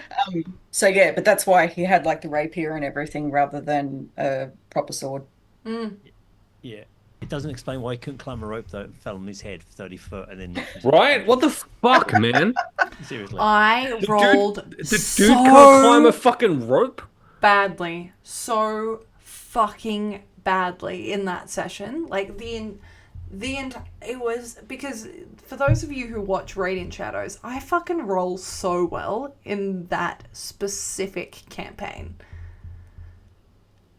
And I use the same dice for everything because at the moment I only have 1 set of dice. I have no more than 1 set of dice, right? Which is really upsetting for me as a dice nerd. But That would be hard, I'm sorry. It's Just use a different set for each character. I don't have them in my possession, Promethean. Possess them and then do that. Yeah, that's fine. I can do that when I possess them. Yeah, fuck. I rolled truly so badly. Like, the actual worst. I hate that. Did I success? No, but I stopped him from dying, so I must have been partially successful in catching the falling fucking Jonan. Sure. No, he fell to the ground. Yeah, he hit the ground. Something happened. He hit the ground. Yeah. Fine. Yeah, great. Love that. But yeah, those were the classes. Hey, let's speed run the next 2 questions and then we might bio break. Hey, Tammy, you're next. Speed run question. God.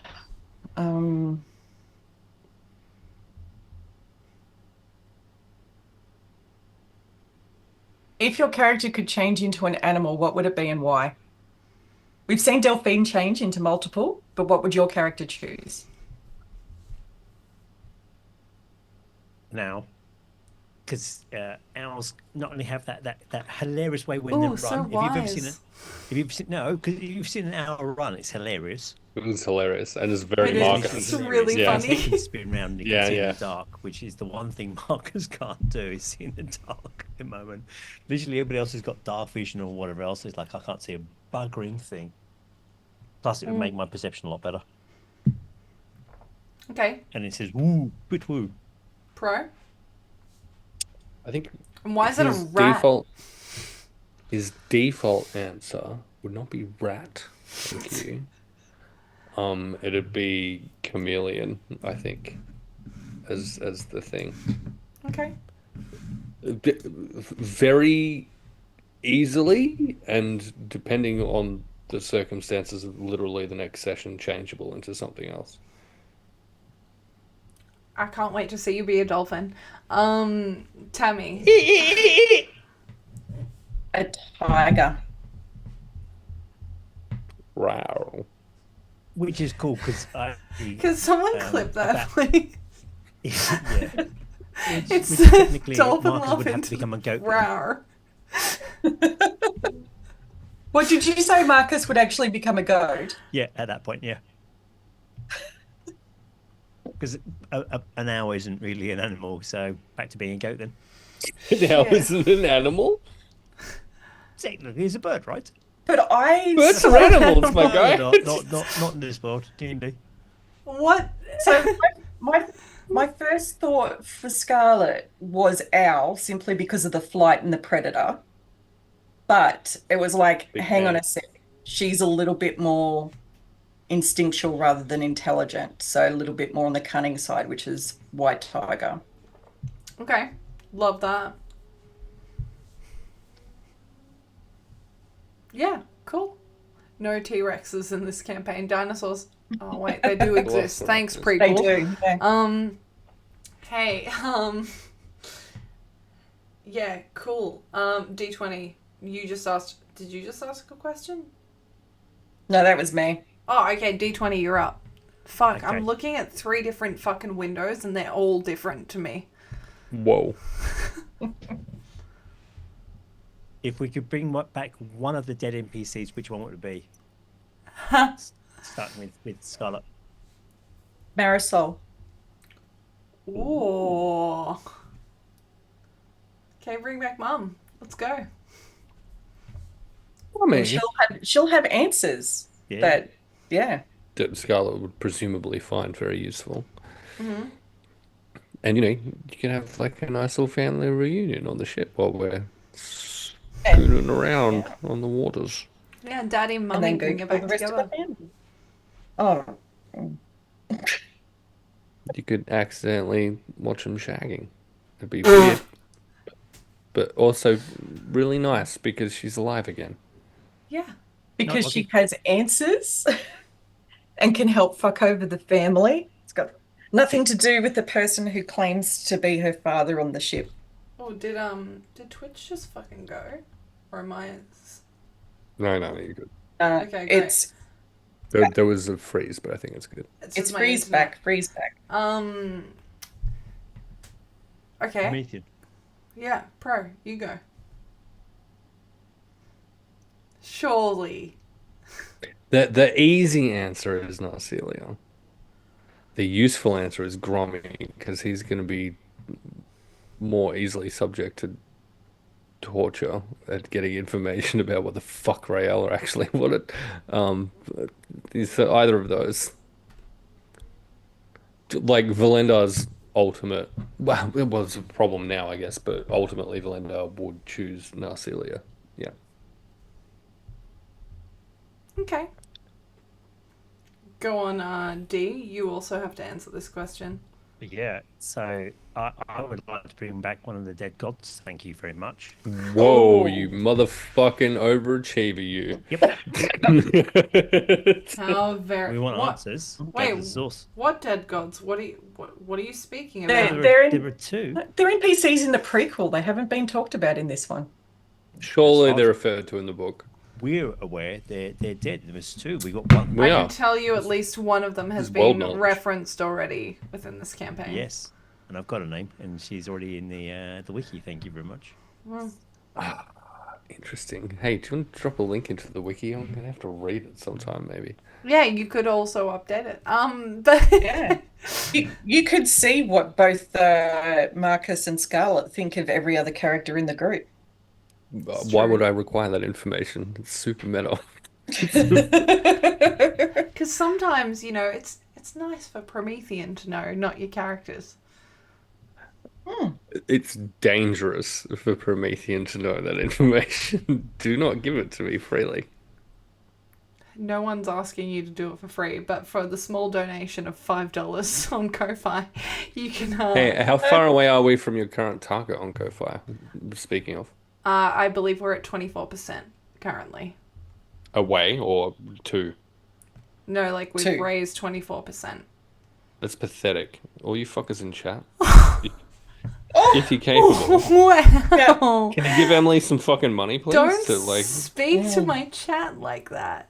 like to meet the I goal, don't like maybe? it. That made me sad.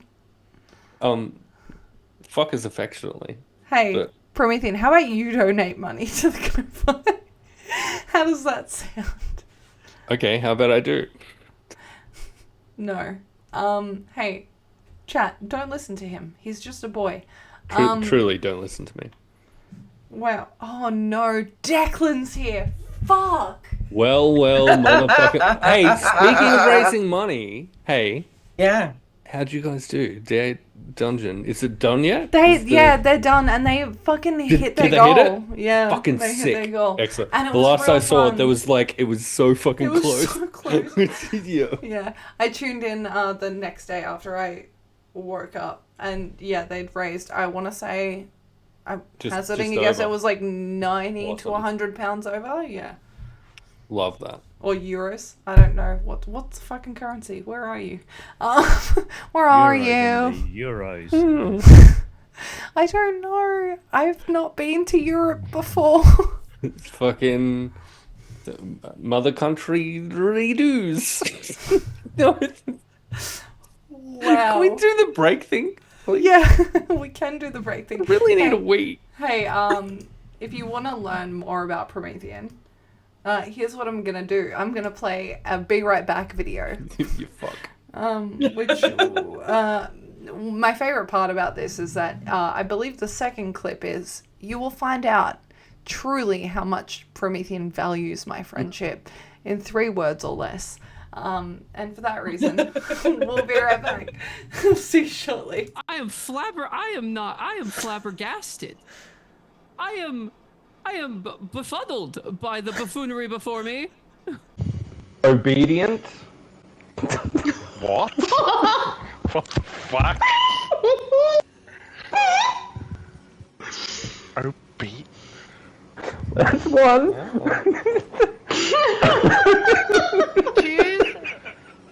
Choose your next 2 so fucking wisely. Right, they've both been bitten by people that are infected by this disease. That's a problem. As far as you know, Eden hasn't, and so Eden's the only one who can get on the boat at this stage. I haven't. Yeah, but Belle's been really fucking mean. And so his concern is for the chick who just kissed him, as opposed. Oh, wow. To be fair, you love how did you also What was I Player. supposed to do? Kiss my brother? I'm sorry, what? Wait, alright, hang on. Okay, hold on. Hang on. Hold I on. came back from the dead to say that. Hold on. It is. This is a dowry. Was that your love language? Just throwing logs? Great. Correct. Random acts of lumberjacking is my love language. That's. Remember that Explains time I so dropped a tree on top of you? Oh my Yeah, god, you know. okay, now I understand. That was like the ultimate. Yeah, okay, great. In which case, Valentin's gonna just very sneakily mount her and place his dagger at her throat. Fucking knew it, you little bitch. Okay, And great. in her ear, wake her with the words, It's my turn. Tibella. And he'll wait for her to wake at this point. And she does immediately. There are approximately 3 or 4 people on the face of this cursed earth who know who I truly am. And most of them want me dead. So far you don't seem to be one of them. And I'm lonely. Shall we have a little chat? You can inflict whatever you want on me, whatever you want, you know this. So you say you have strong opinions, please elaborate. I have strong feelings more than opinions. Sure. Feel me up. No? Produce your... Okay, Elliot's in the boat. There's 2 more seats in the boat. I can sit on someone's lap. Fuck off! Get your own boat! Oh no. What the fuck? Wow. Oh, okay. I don't know if you can see what my options are, but option 1. Hang on, let me pull these up over here. So this is option 1. Do you want to read it out for us, Emily? Can you? I'm sorry, I cannot. I simply can't. Do you want me to read it out? God.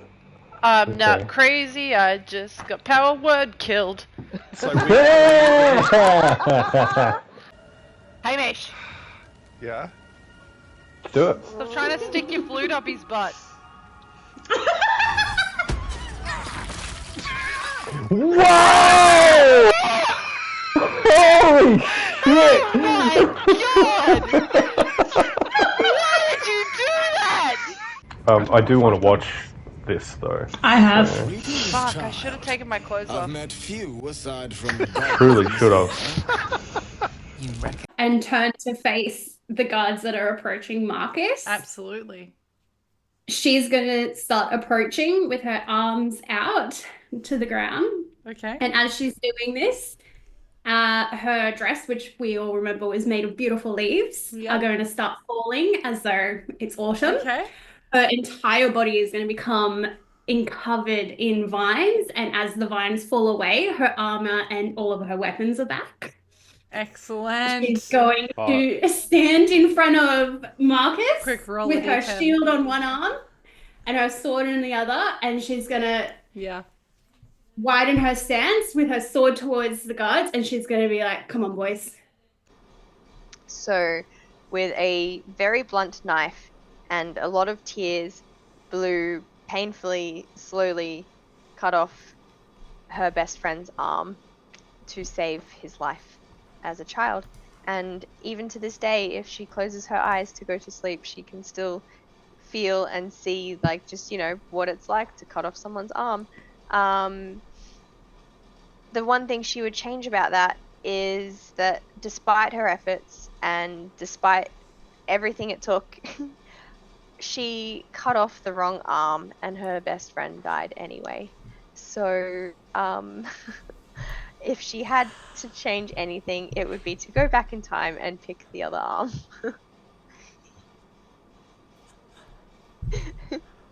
You're welcome. Talk about burying the fucking lead. Wow. Okay, yeah. That... I'm not trying to hurt you, but I also have no reason to lie to you, Scarlet. There probably could have been a way to sort of ease into things a bit more. You're probably right, but I also wasn't expecting to see my dead daughter. Oh, fuck off. The problem is that I'm a chronic overthinker. So, like... Oh, that's the problem, is it? Yeah.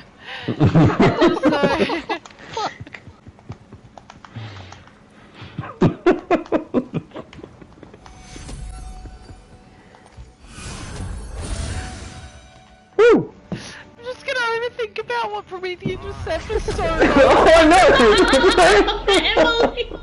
Oh my god! Stabby, stab, stab, stab, stab. Oh no. What have I done? That's the anus for me. It's like, that's what a god should beat. Sorry, say Right? that again. This is my... the what tear? Sorry. Could you just repeat that one more time? I look. Everyone, push him off immediately.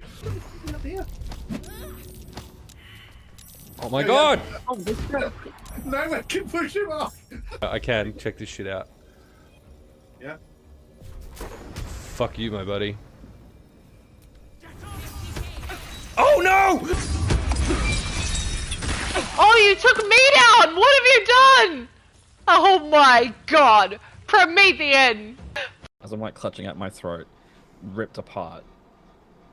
The injury's too much. Sink down. And as his life like flashes before his eyes, the last thing he thinks of is the Dragon Ball Z like afterlife, and he's like, I'm coming, King Kai. King Kai. This is why we're not fucking friends anymore. Fucking nerd. He collapses. Excellent! Fucking hell. Yeah, you right, buddy? Yeah, I'm good. It's just now, I've got to start a tally of of Spit times takes. We all made that it I've too. been made to spit by everyone in this group. Wow.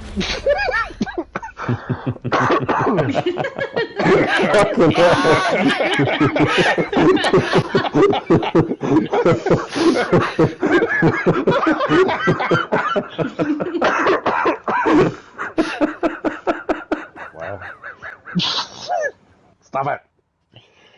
Oh.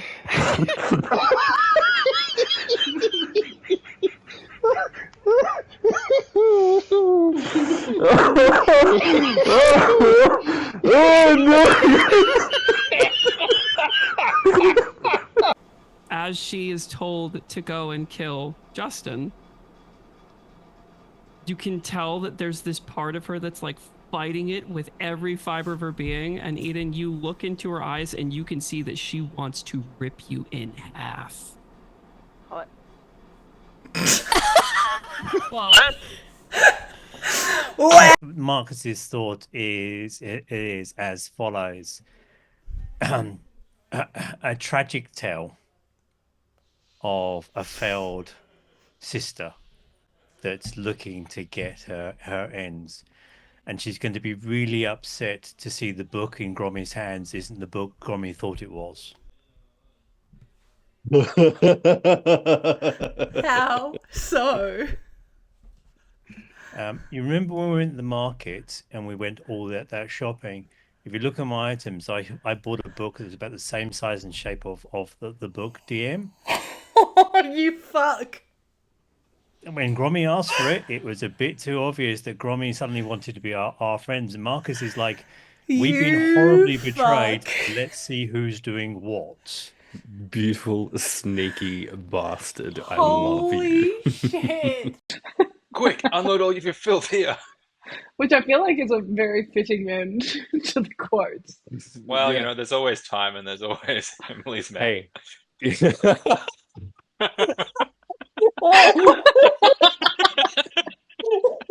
Oh.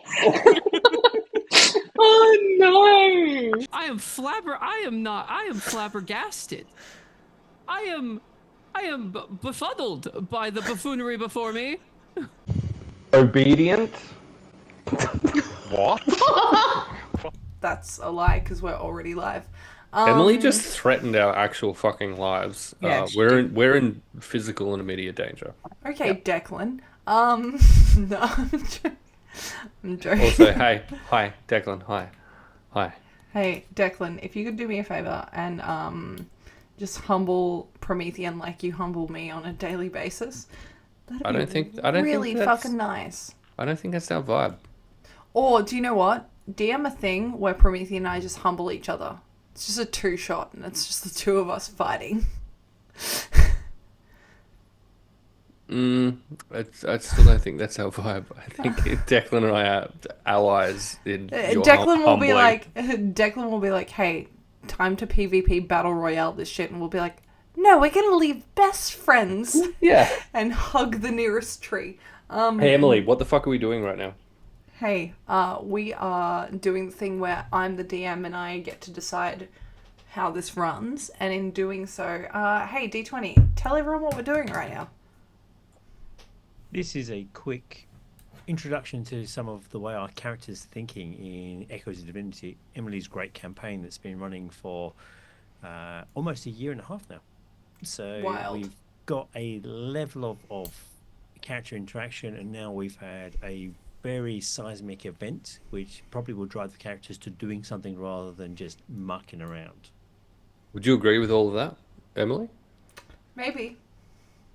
Yes or no? Simple question. No. Like, I run this stream so I can decide what the answers are, and the answer is maybe. Hey, Promethean, quick question for you. What's the command for the Kofi? Unsure. There's I feel not like one, it's not a but command. here's what I feel can like it's do. just silly. I can post did, the yeah. link if it's What silly. I was hoping was that Emily would be so impressed by your very great description that I could swing an agreement to have us level up. But sadly, didn't I land. need you all to be so aware that you literally leveled up, like, I want to say 3 episodes ago. Like, it wasn't that long. And the reason it feels so long is that we play monthly. Like, that's why it feels so long. Also, That was like an entire financial quarter ago. What do you think that you have done in the last 3 episodes that justifies you leveling an entire level? Survived. A major NPC. You leveled up just before you got back to the castle. Yeah, and then we rocked the castle, and then we survived a aspiring Tammy, god. you fuck. You little fuck. Hey, 29% is pretty close. We love Tammy, that. you're shit. I love you, but you're we love and shit. appreciate you. If only we didn't truly love shits here. Hey, keep talking. No, I refuse. It's your channel. I believe You're in charge. Tammy's go to pitches the question. Okay, are we still speed running? I think we're not going to speedrun. What we are going to do is recognize that we likely have half an hour left. So, like, I want your deepest, most impactful questions. Let's go. Okay, so we've talked about if characters would ascend to gods and stuff like that. If each member of the party were to become a villain, what do you think would be the trigger event to turn them that way? Glad to think that's already happened. Yeah, what would it be? No reason. I want to caveat on this and say I think that the answer to this is, and I assume that this is likely the same for everyone. I think the answer would change over time. Yeah, but right now, on where the character's at. Yeah. And it's also based on what you know of the character as well. Yeah, and as a player, like, I'm still fucking learning about Valenda. Like, he's playing out as he does. There was a very cool question that Dee threw earlier. What's the thing that surprised the character? And the thing that surprised me most was super fucking recent, and it's going to change the entire way that I consider playing the motherfucker. But a triggering event to make Valenda go full villain? No. What you think the other party members' triggering events would be. Oh. So if Marcus were to be a villain, what would his triggering event would be? If Delphine was to be a villain. This is your read on this. What do you think or would Valenda's make each read, character, I guess. Yeah, what do you think would make each character go to the dark side? I may have some notes if that helps. Give in a moment or two. So for for Delphine, it is definitely there's a disconnect between her and the gods. Now, the last event that we had it is a push to has that been broken, and I think she would become vengeful, almost a paladin of with a broken oath, shall we say, and then drives her into a very different arc. Hikari, again, very little we know about him, but I think if he finds out that he's actually been lied to, he may like the path of being a villain. Scarlet, for me, would be the conversation that Marcus is worried about. Is when we get back to the home, does the allure of power, does she find out something that has really, the reason her mother was actually killed? And is that a pathway she wants to either seek vengeance on or fully embrace? Because there's two paths to it. There's a path of righteous vengeance, and there's the path of, you know what, I was going to become this, and now I am going to become this, and then stepping into whatever that looks like when we get to it. Valinda is the mantle of what his mother and father have created. What if he suddenly steps up? That's the genuine thing, because the last encounter we had, he mentioned a very rich lineage and heritage that he had. If he suddenly steps up and says, you know what, the way to really return vengeance is become the family, terrifying. Not that I have notes on this or anything whatsoever. Yeah, I've never thought about this ever. No, just completely off the top of my head. Hey, but let me fucking throw you under the bus. Please. Of the NPCs that you've met, pick one and name their villain moment. Where are they? Where's their turning point? For Marcus, it's Briley. It seems to be whatever this book actually is. So he is desperately trying to work out, has she been seduced into this power of she wants to own this book for this path of godhood, because he didn't know it was the book of divinity in the first place. Now we do. If she suddenly wants it, why does she want it, and why she killed other oath keepers? Why?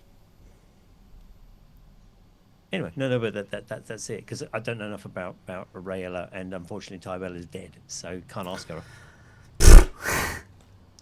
I'd love to have the opportunity, but my DM's killed her off. 112 points of damage, right? Did I kill her off, or did Rin_Vixen kill her off? Hey, Promethean, you go.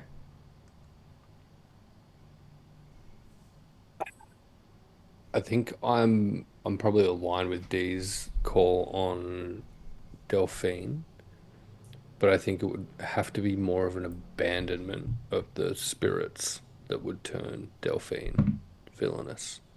It would need to be something that she felt backed by them, but then that became a their absence became a betrayal. I think that would be the potential trigger. I think for Marcus to go villainous, literally any number of things, and it would purely be a ignorance of consequences, potentially. So it's not necessarily deliberately malicious, but a hyperfixation that resulted in detrimental effect, I think is how I would see Marcus's version of villainy playing out. Scarlet, I think, is trickier. I think Scarlet... She's like an onion. She's got layers, Yeah, and not all of them have been peeled away yet. I don't think Scarlet has peeled those layers from herself yet. And I think a villainous version of Scarlet, I don't see that being the revenge path. I don't. I think if anything, it could be maybe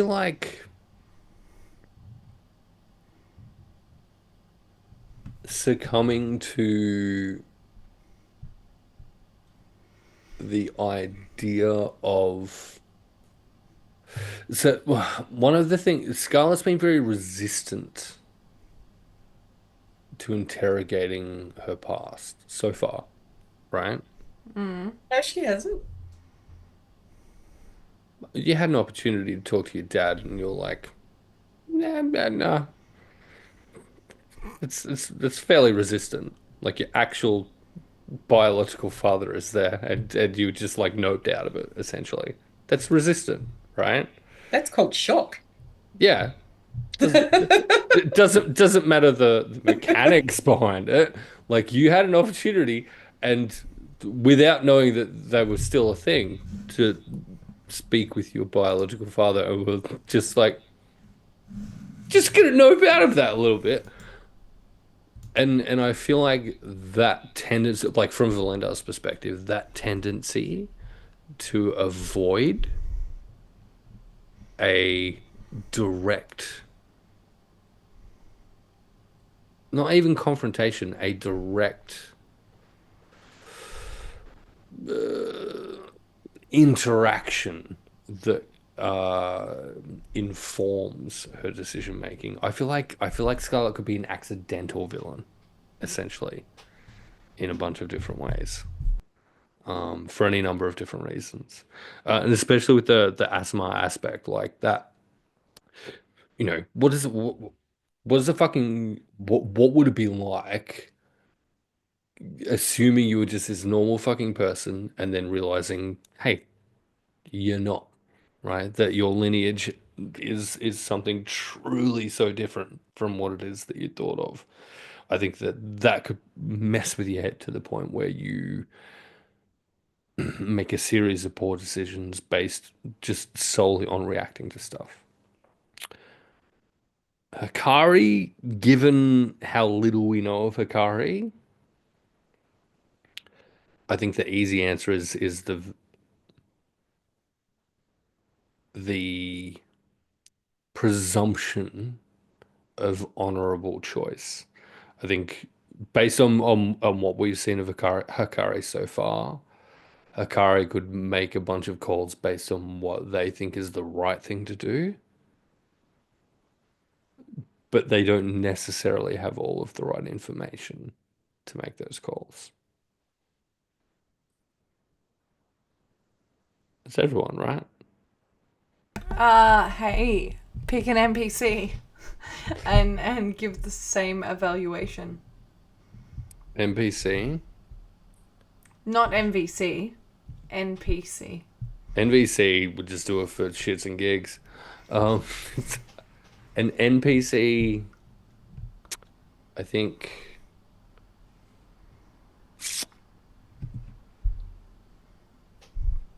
I'd go with Jonan.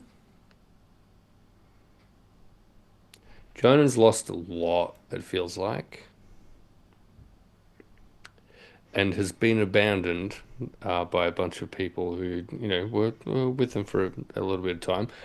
Fucking Tybella included. And I feel like Jonan could just go into a really dark, dismal place really quickly. And if anyone's going to take like the revenge route, I feel like Jonan's probably it. But I feel like that could be directed our way as considering us as responsible for Astron's death. Yeah, but Astron killed the queen, so it's fine. And here's the thing, Astron That's the current word on the street, right? That you guys have learned is that there's a bunch of people that are out there blaming Astron for the death of the queen because the queen was killed, but the person was caught and their bodies being held at the castle. There's also a counter rumor about Rayella having been magically fucked up by this fucked kobold guy. Oh, is that the one that you made? That's one cute. Of, did one you of the hear ones. anyone whispering about it? We did. Yeah, how many people? There was also a pretty convincing group of guards that were. There's also a guy walking around being like, remember this name, Grommy. There was also a group of guards who encountered a ghostly apparition of the Queen, who said that, you know, this little group of folk were her protectors. They failed in their job, but you know they'll try and look out for her. Okay. I have a question. Mm-hmm. And I'm gonna ask it because I'm the fucking DM and I can do whatever I want. If meta knowledge and spoiler territory wasn't a thing, what question would you want to know the answer to right now?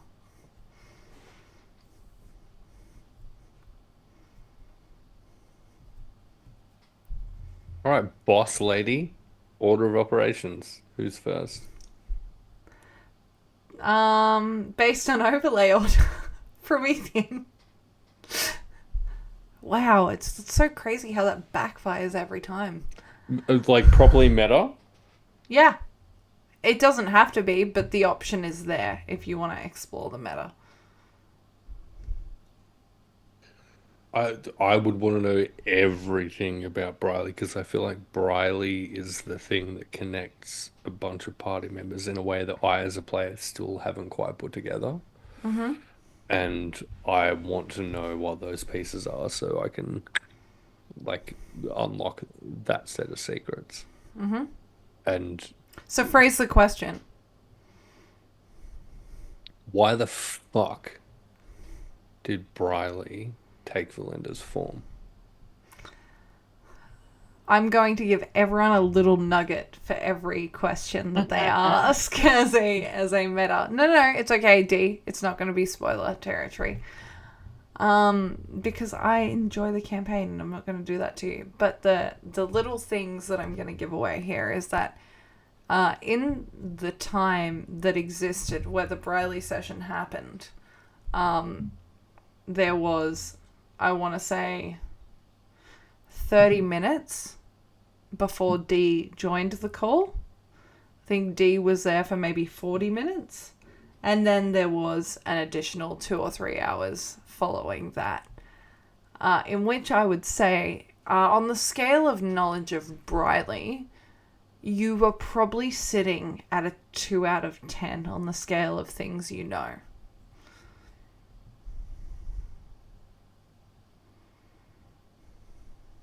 This tells me nothing. Yeah, but it gives you fun little hints. Fuck you. Okay. Great. Moving on to Tammy. Whether or not the god whose supposed magic is going into the Thornberries is actually that god or not, and if it is, why they are becoming active when they've stayed away for so long. Okay. Okay, phrase it as the question so that I can give you something. Is Thalassa's magic the source of the magic that's going into the Thornberry wine, like the vineyard maker claimed? Is whose magic, sorry? Thalassa. Yeah. Oh, right. Okay.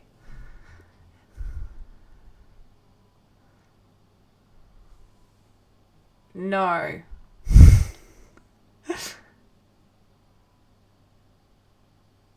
No is the easiest answer I can give you.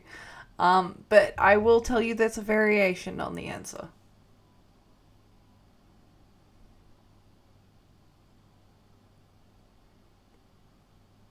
Deetwenty. Marcus will be genuinely fascinated to know much more about Rayella, simply Okay. because She a bitch. she's been a really interesting driving force to Wow. getting us there in the first place. If we hadn't done that in the first place, none of this would have come to pass for us Yeah. as a group. So, and she's made a number of fairly clear commentary around, well, you know, you're a bunch of I don't Fuckwits. care about you, but she does seem to know quite a lot about some of us. Not all of us, but some of us. So it feels like there's more to Rayella than just simply I'm just using as cast-offs. So that's why as Marcus is genuinely fascinated by Rayella. Okay, I'm gonna ask you to rephrase that as a question very shortly. But before we do that, who the fuck just donated $110? The mysterious Mr. Socks. That's apparently. fucking insane. We love you though. That's like, okay, I just need everyone to be aware we've raised at least 3 people's artwork in like the last couple of days, which is really fucking cool. The goal I've set, to be very clear, I'm not going to give a monetary value because I don't want to scare anyone. But like the value I've given counters for at least 2 pieces of NPC artwork, whether that be like NPC played by people or NPC not played by people. So like, even if we get to fucking 70% of the goal, the players have their art. So like, that's really fucking cool. Thank you to whoever the fuck just did that. That's real sweet of you. Real cute. Thanks. Deetwenty, you fuck. Rephrase that as a question. Rayella, understanding why she decided to do this now and to this particular group. She seemed to know a few of us, not all of us, but definitely a few of us, mainly Scarlet. So why you, Scarlet? And why draw us in? I can actually address a ton of this question because a ton of what the answer is things that I've said as Rayella. Yep. And the things that I've said as Rayella are A, you're all fools. Yeah. And B, you are all people that were basically easy to use as Play-Doh. Like, you all had things that she could use to get what she wanted. You don't really know, I guess, what she wanted at this point because it's a little unclear. But also she made it very clear that, like, choosing you all, specifically Scarlet, was opportunistic, and you all made it really easy.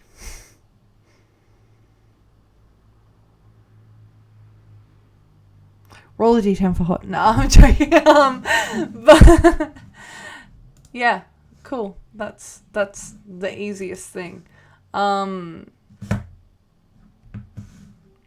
With 10 minutes to go.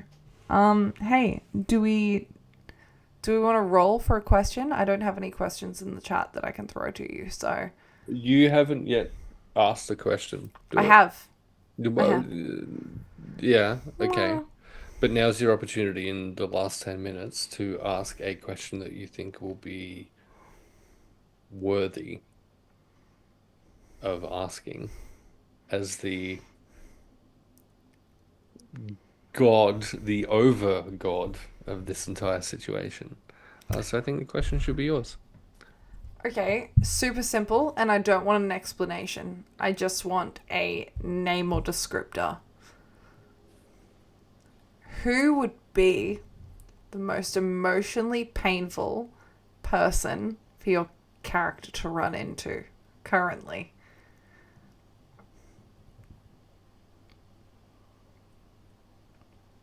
I don't care who goes first. I'll fucking take it in overlay order then. Mummy. I don't know what I'd do with that. like player-wise, I genuinely don't know what I'd do with it, especially now, post USEFCA. Mm-hmm. Good job. I'm proud of you. Thanks. Yeah. Yeah. I don't know Yeah. how that would play. It would be difficult from both a player and character perspective for that to be the thing. You fuck. That Who's makes the next D20. Briley's parents. Whoa.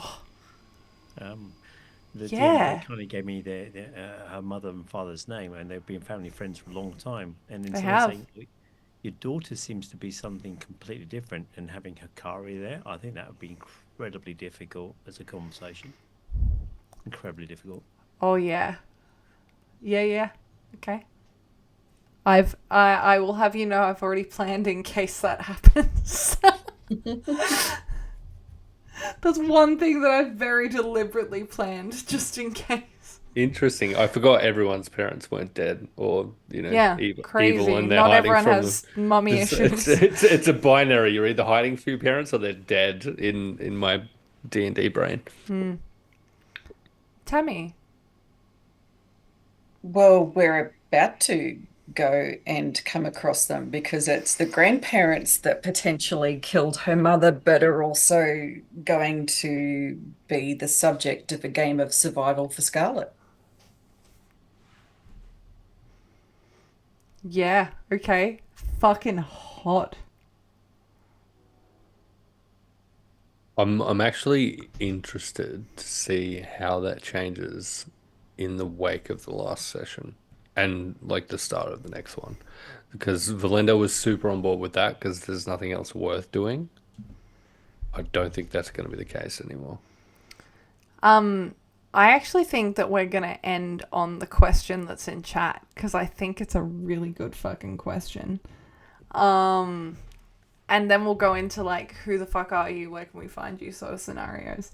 But we have a question that is, if your character gets a wish spell at the start of the session on Friday,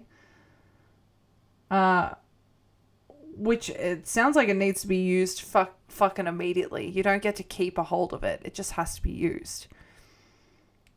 What are you using it to do or on?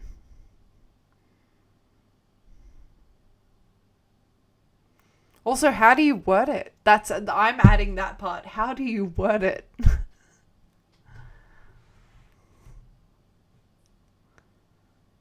Let's start with, we'll go the opposite way. We'll go Tammy first this time. Keeping in mind, Tammy, I know that the thing that's kind of been decided is that you had been basically commanded to stay in the cart. Yeah. So Tammy, the player, would want to use the wish spell to cast True Resurrection, but she's in the cart. So, and I think for you, and this is something that I would say to you, is that being in the cart doesn't mean that you don't have an understanding as to what's going on. Being in the cart means that you can't do anything about it. Or not can't do anything. You're not being, no one's manacled you to the fucking cart, but there is a protective sense of the spell that has occurred. And it's not a loss of agency version of the spell. It is I'm protecting you from doing something fucking stupid version of the spell. And I think you still would have seen and understood everything, but it's hard to process those emotions as you would outside of the cart with completely being able to do whatever the fuck you want versus not. So because she is stuck in the car and they've tried to get as much of the book, and she's technically read the book, to fully comprehend and understand and be able to use all of the contents of the book. That's your wish spell. Whew. Okay. Yeah, great. Interesting. Okay, love that. D. Marcus would wish that the contents of the Book of Divinity were lies, and the real truth was actually in a book in Marcus's satchel. What? Very Me practical. and my method. 3 stars out of 10. Wow. My method, and me. My Yeah. method and me, yeah. Wow. Hey, this D'Amato was born by my method and me. Shit. Excellent. Valinda. Valinda's wish would be for everyone who has made him feel helpless in his life to be as helpless as he has felt at a critical moment in their own existence. That's sadistic, and what I love about that is it means Tybella's not coming back to life. But hey, no, I'm joking. Hey, fucking excellent answer. I think if I can answer it as an NPC, I think, the most kind of fully fleshed out NPC that you've encountered at the moment is Tybella. And I think for that reason, her version of that would have likely to have been that she wished she didn't leave Caius in the streets by himself. Which, hey, if you want to know what happened in that scene, you can go back and watch it because it's on YouTube. You can. Yeah. With that symbol, because the other one 404s, just saying. Thank you, PR0 Methian. Pro gamer.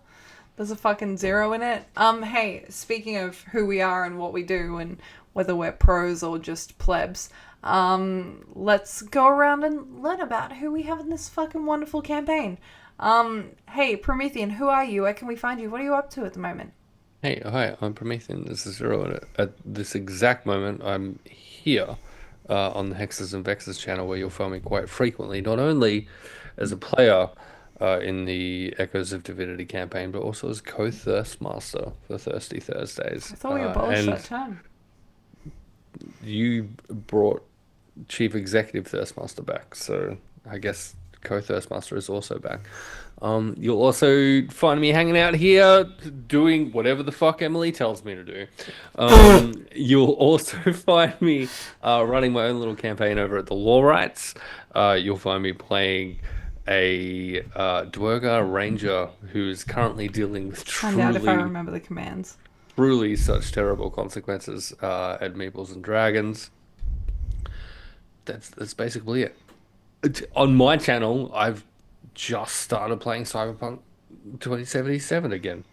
Because, hey, video games You play exist, games? and I enjoy them. I do. And that's wild. the one I'm playing right now until June Awakening lands. And then I'm fucking in. Yeah. Hey, SaltQueenPlays.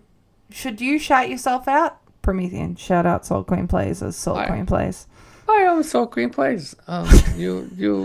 I'm not streaming on my own a whole bunch, but you'll find me here as Delphine, and you'll also find me at the Law Rights when the gay alleged pirates A Tale of Two Queens campaign starts again. You'll also find me doing other cool stuff that I don't currently remember right at this very moment. Oh, wait, no, also the Law Rights. Hey, some Call of Cthulhu stuff is happening soon, and maybe I'm in that. That'll be super fun. Also, I'm just truly the sweetest and most adorable human being on the planet. And if you don't recognize that, then I'm truly sorry for your paltry existence. P.S. Please ask Salt about her dog Joey. That is what's in the fucking shout out that Salt asked me to put in there. Hey, Tammy, who are you? Where can we find you? What are you doing? I am Talera79. You can find me here playing what most of the group thinks is a broken liability. One person. Or you can find me across on the Lore Rights running Call of Cthulhu, because as someone commented after seeing games in the background, I may like Cthulhu. What? I'll open number. Keep your ears on socials. We'll be throwing a little Or forward. just go to TikTok and absolutely watch what's already out there. Hey, Deetwenty.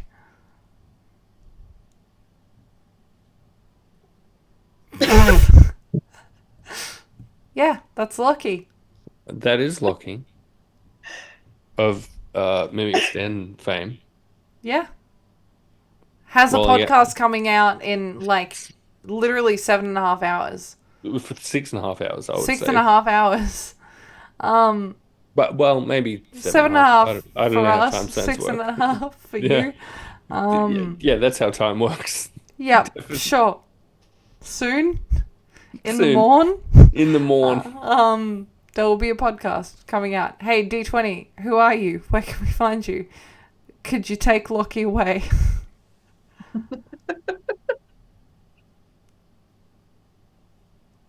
Evidently not. No. Okay, great. He's just Good not. to know. Hey, D20, just start moving your mouth and I'll speak. Hey, I'm D20. Wow, he's not doing it. Hi, I'm D20. And more importantly, Lockie is currently on the MimicsDen. His podcast's coming out, and he's on Instagram at MimicsDen. So remember that, because it's more important. Back to you, wonderful DM. Yeah, back to me, who will say that this is D20, who is down here somewhere. But hey, D20 is a fucking wonderful human being, and, you know, pops up here and there, and everywhere, and wherever they are asked to pop up, and is fucking excellent at doing so, and is hiding behind, the forms of other people. You know, that's D20 for you. Are we surprised? Absolutely not. That's NBCDM, who's never appeared in this campaign. Yeah. Yeah. Hey, my name's Emily. I ruin everyone's lives by streaming whenever I decide to. But when I'm not doing that, I'm taking myself seriously, which is being the GM, producer, and chief executive Thirstmaster here, where we play D&D and TTRPGs, and where I'm about to launch a brand new show that the EOI will be going out before the show that I thought was going to launch. What? Rather than later. Wait, explain? The EOI will be going out next week for a brand new show called This Is Your Questline, which is going to be a fun little interview show where you will get to meet a character named Wisteria Daggerford, who will be interviewing characters in adventures and quests and things that they do.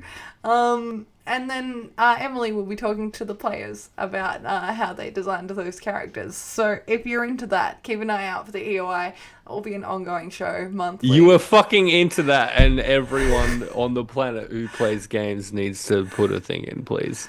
Hey, if you've ever wanted to just yap about your characters, that's the show. It doesn't That feels matter like how to do it. what Yeah. system it is. I just want to Caesar Flickerman your character. And what was the interviewer's character name? Her name is Wisteria Daggerford. I'm in love already. And I don't even need to roll the D10. It's the just show is called immediately 10. This is Your Questline. And it's gonna be a ton of fun. It's gonna be really cool. I look forward to all of you as my players putting in AOIs. But not necessarily as the characters you play here. But hey, it's gonna be a ton of fun. I'm really looking forward to it. Keep an eye out. It's going out at some point next week. Or this week, I guess, technically. when I'm not doing that, you can jump on over to Meeples and Dragons and find me there as Beatrix Everly, selling my soul in my last breath. Or you can find me. Don't tell anyone. It's a secret. Oh, okay. Shit. Fuck. Yeah, or being thrown down a cliff. Or being thrown down a cliff. Hang on, dropped down a cliff. It's an entirely different set of mechanics. Thrown down a cliff. Not thrown, dropped. Thrown down a cliff. Or you can find you can find me over on the Lorites, playing Malia Redwood, who is a far more fucking slutty, edgy ass rogue than Edgy, yes. Slutty, no. You don't know. Hey, how many characters has Malia had sex with?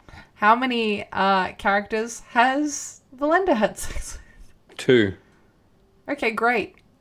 I didn't do it on camera. In game, how many characters has Malia had sex with in game? Hey, listen, I've fucking bared my whole ass body to at least one. Loser. Edgier? Yes. Slutty? No. Wow, my camera just went no. Camera agrees with me. Or if you don't like either of them, you can tune into Redacted to watch Redacted and meet Kaya, who I've been given permission to speak about in an upcoming campaign that is going to be GM'd by Jenna Daggers. The Jenna Daggers? Yeah, if you don't know who Jenna Daggers is, you should probably fuck around and find out. It's gonna be fucking excellent. Tammy will be there too. It's crazy. In a Jonan capacity or in a... No. Tammy, hot, love that. Me and Tammy wrote characters that know each other intimately. Love that. Love that. I'm in. Anyway, hey, listen, we're actually not going to raid tonight because my internet is truly so unstable. But what we are going to do is say thank you to Let's Roll for Dragons for the raid. And we are going to thank every single person that's in the chat for sending questions and hanging out and just vibing with us and absolutely just letting us yap about the campaign and characters that you might or might not care about. Because even if you don't and you stayed here, it means a lot. And it does mean a lot that you're here while we care about them. It does. If you want to find out what the aftermath of a dead drow on the floor and a crying drow holding the other drow that's dead and a bard attempting to bring someone back to life and a fucking... Well, no one really knows what Scarlet is too deeply and intimately that's bound to a cart and Delphine's standing there. I have an argument for intimately. And you know, and wants to find out how that plays out. And also, like, in a homebrew world where Revivify is cast without material components, how that all plays out. Hey. What? Yeah. You can tune in this Friday at 7:30 p.m. Australian Eastern Standard Time to the next episode of Echoes of Divinity. Until then, everyone look really cute. Just, you know, wow. Hey. Okay. What that means, I need all of you to look in the mirror right now. Hey, everyone look in the mirror. Because you're all cuties. Wow. I'm blue, dubba dee, dubba, bye.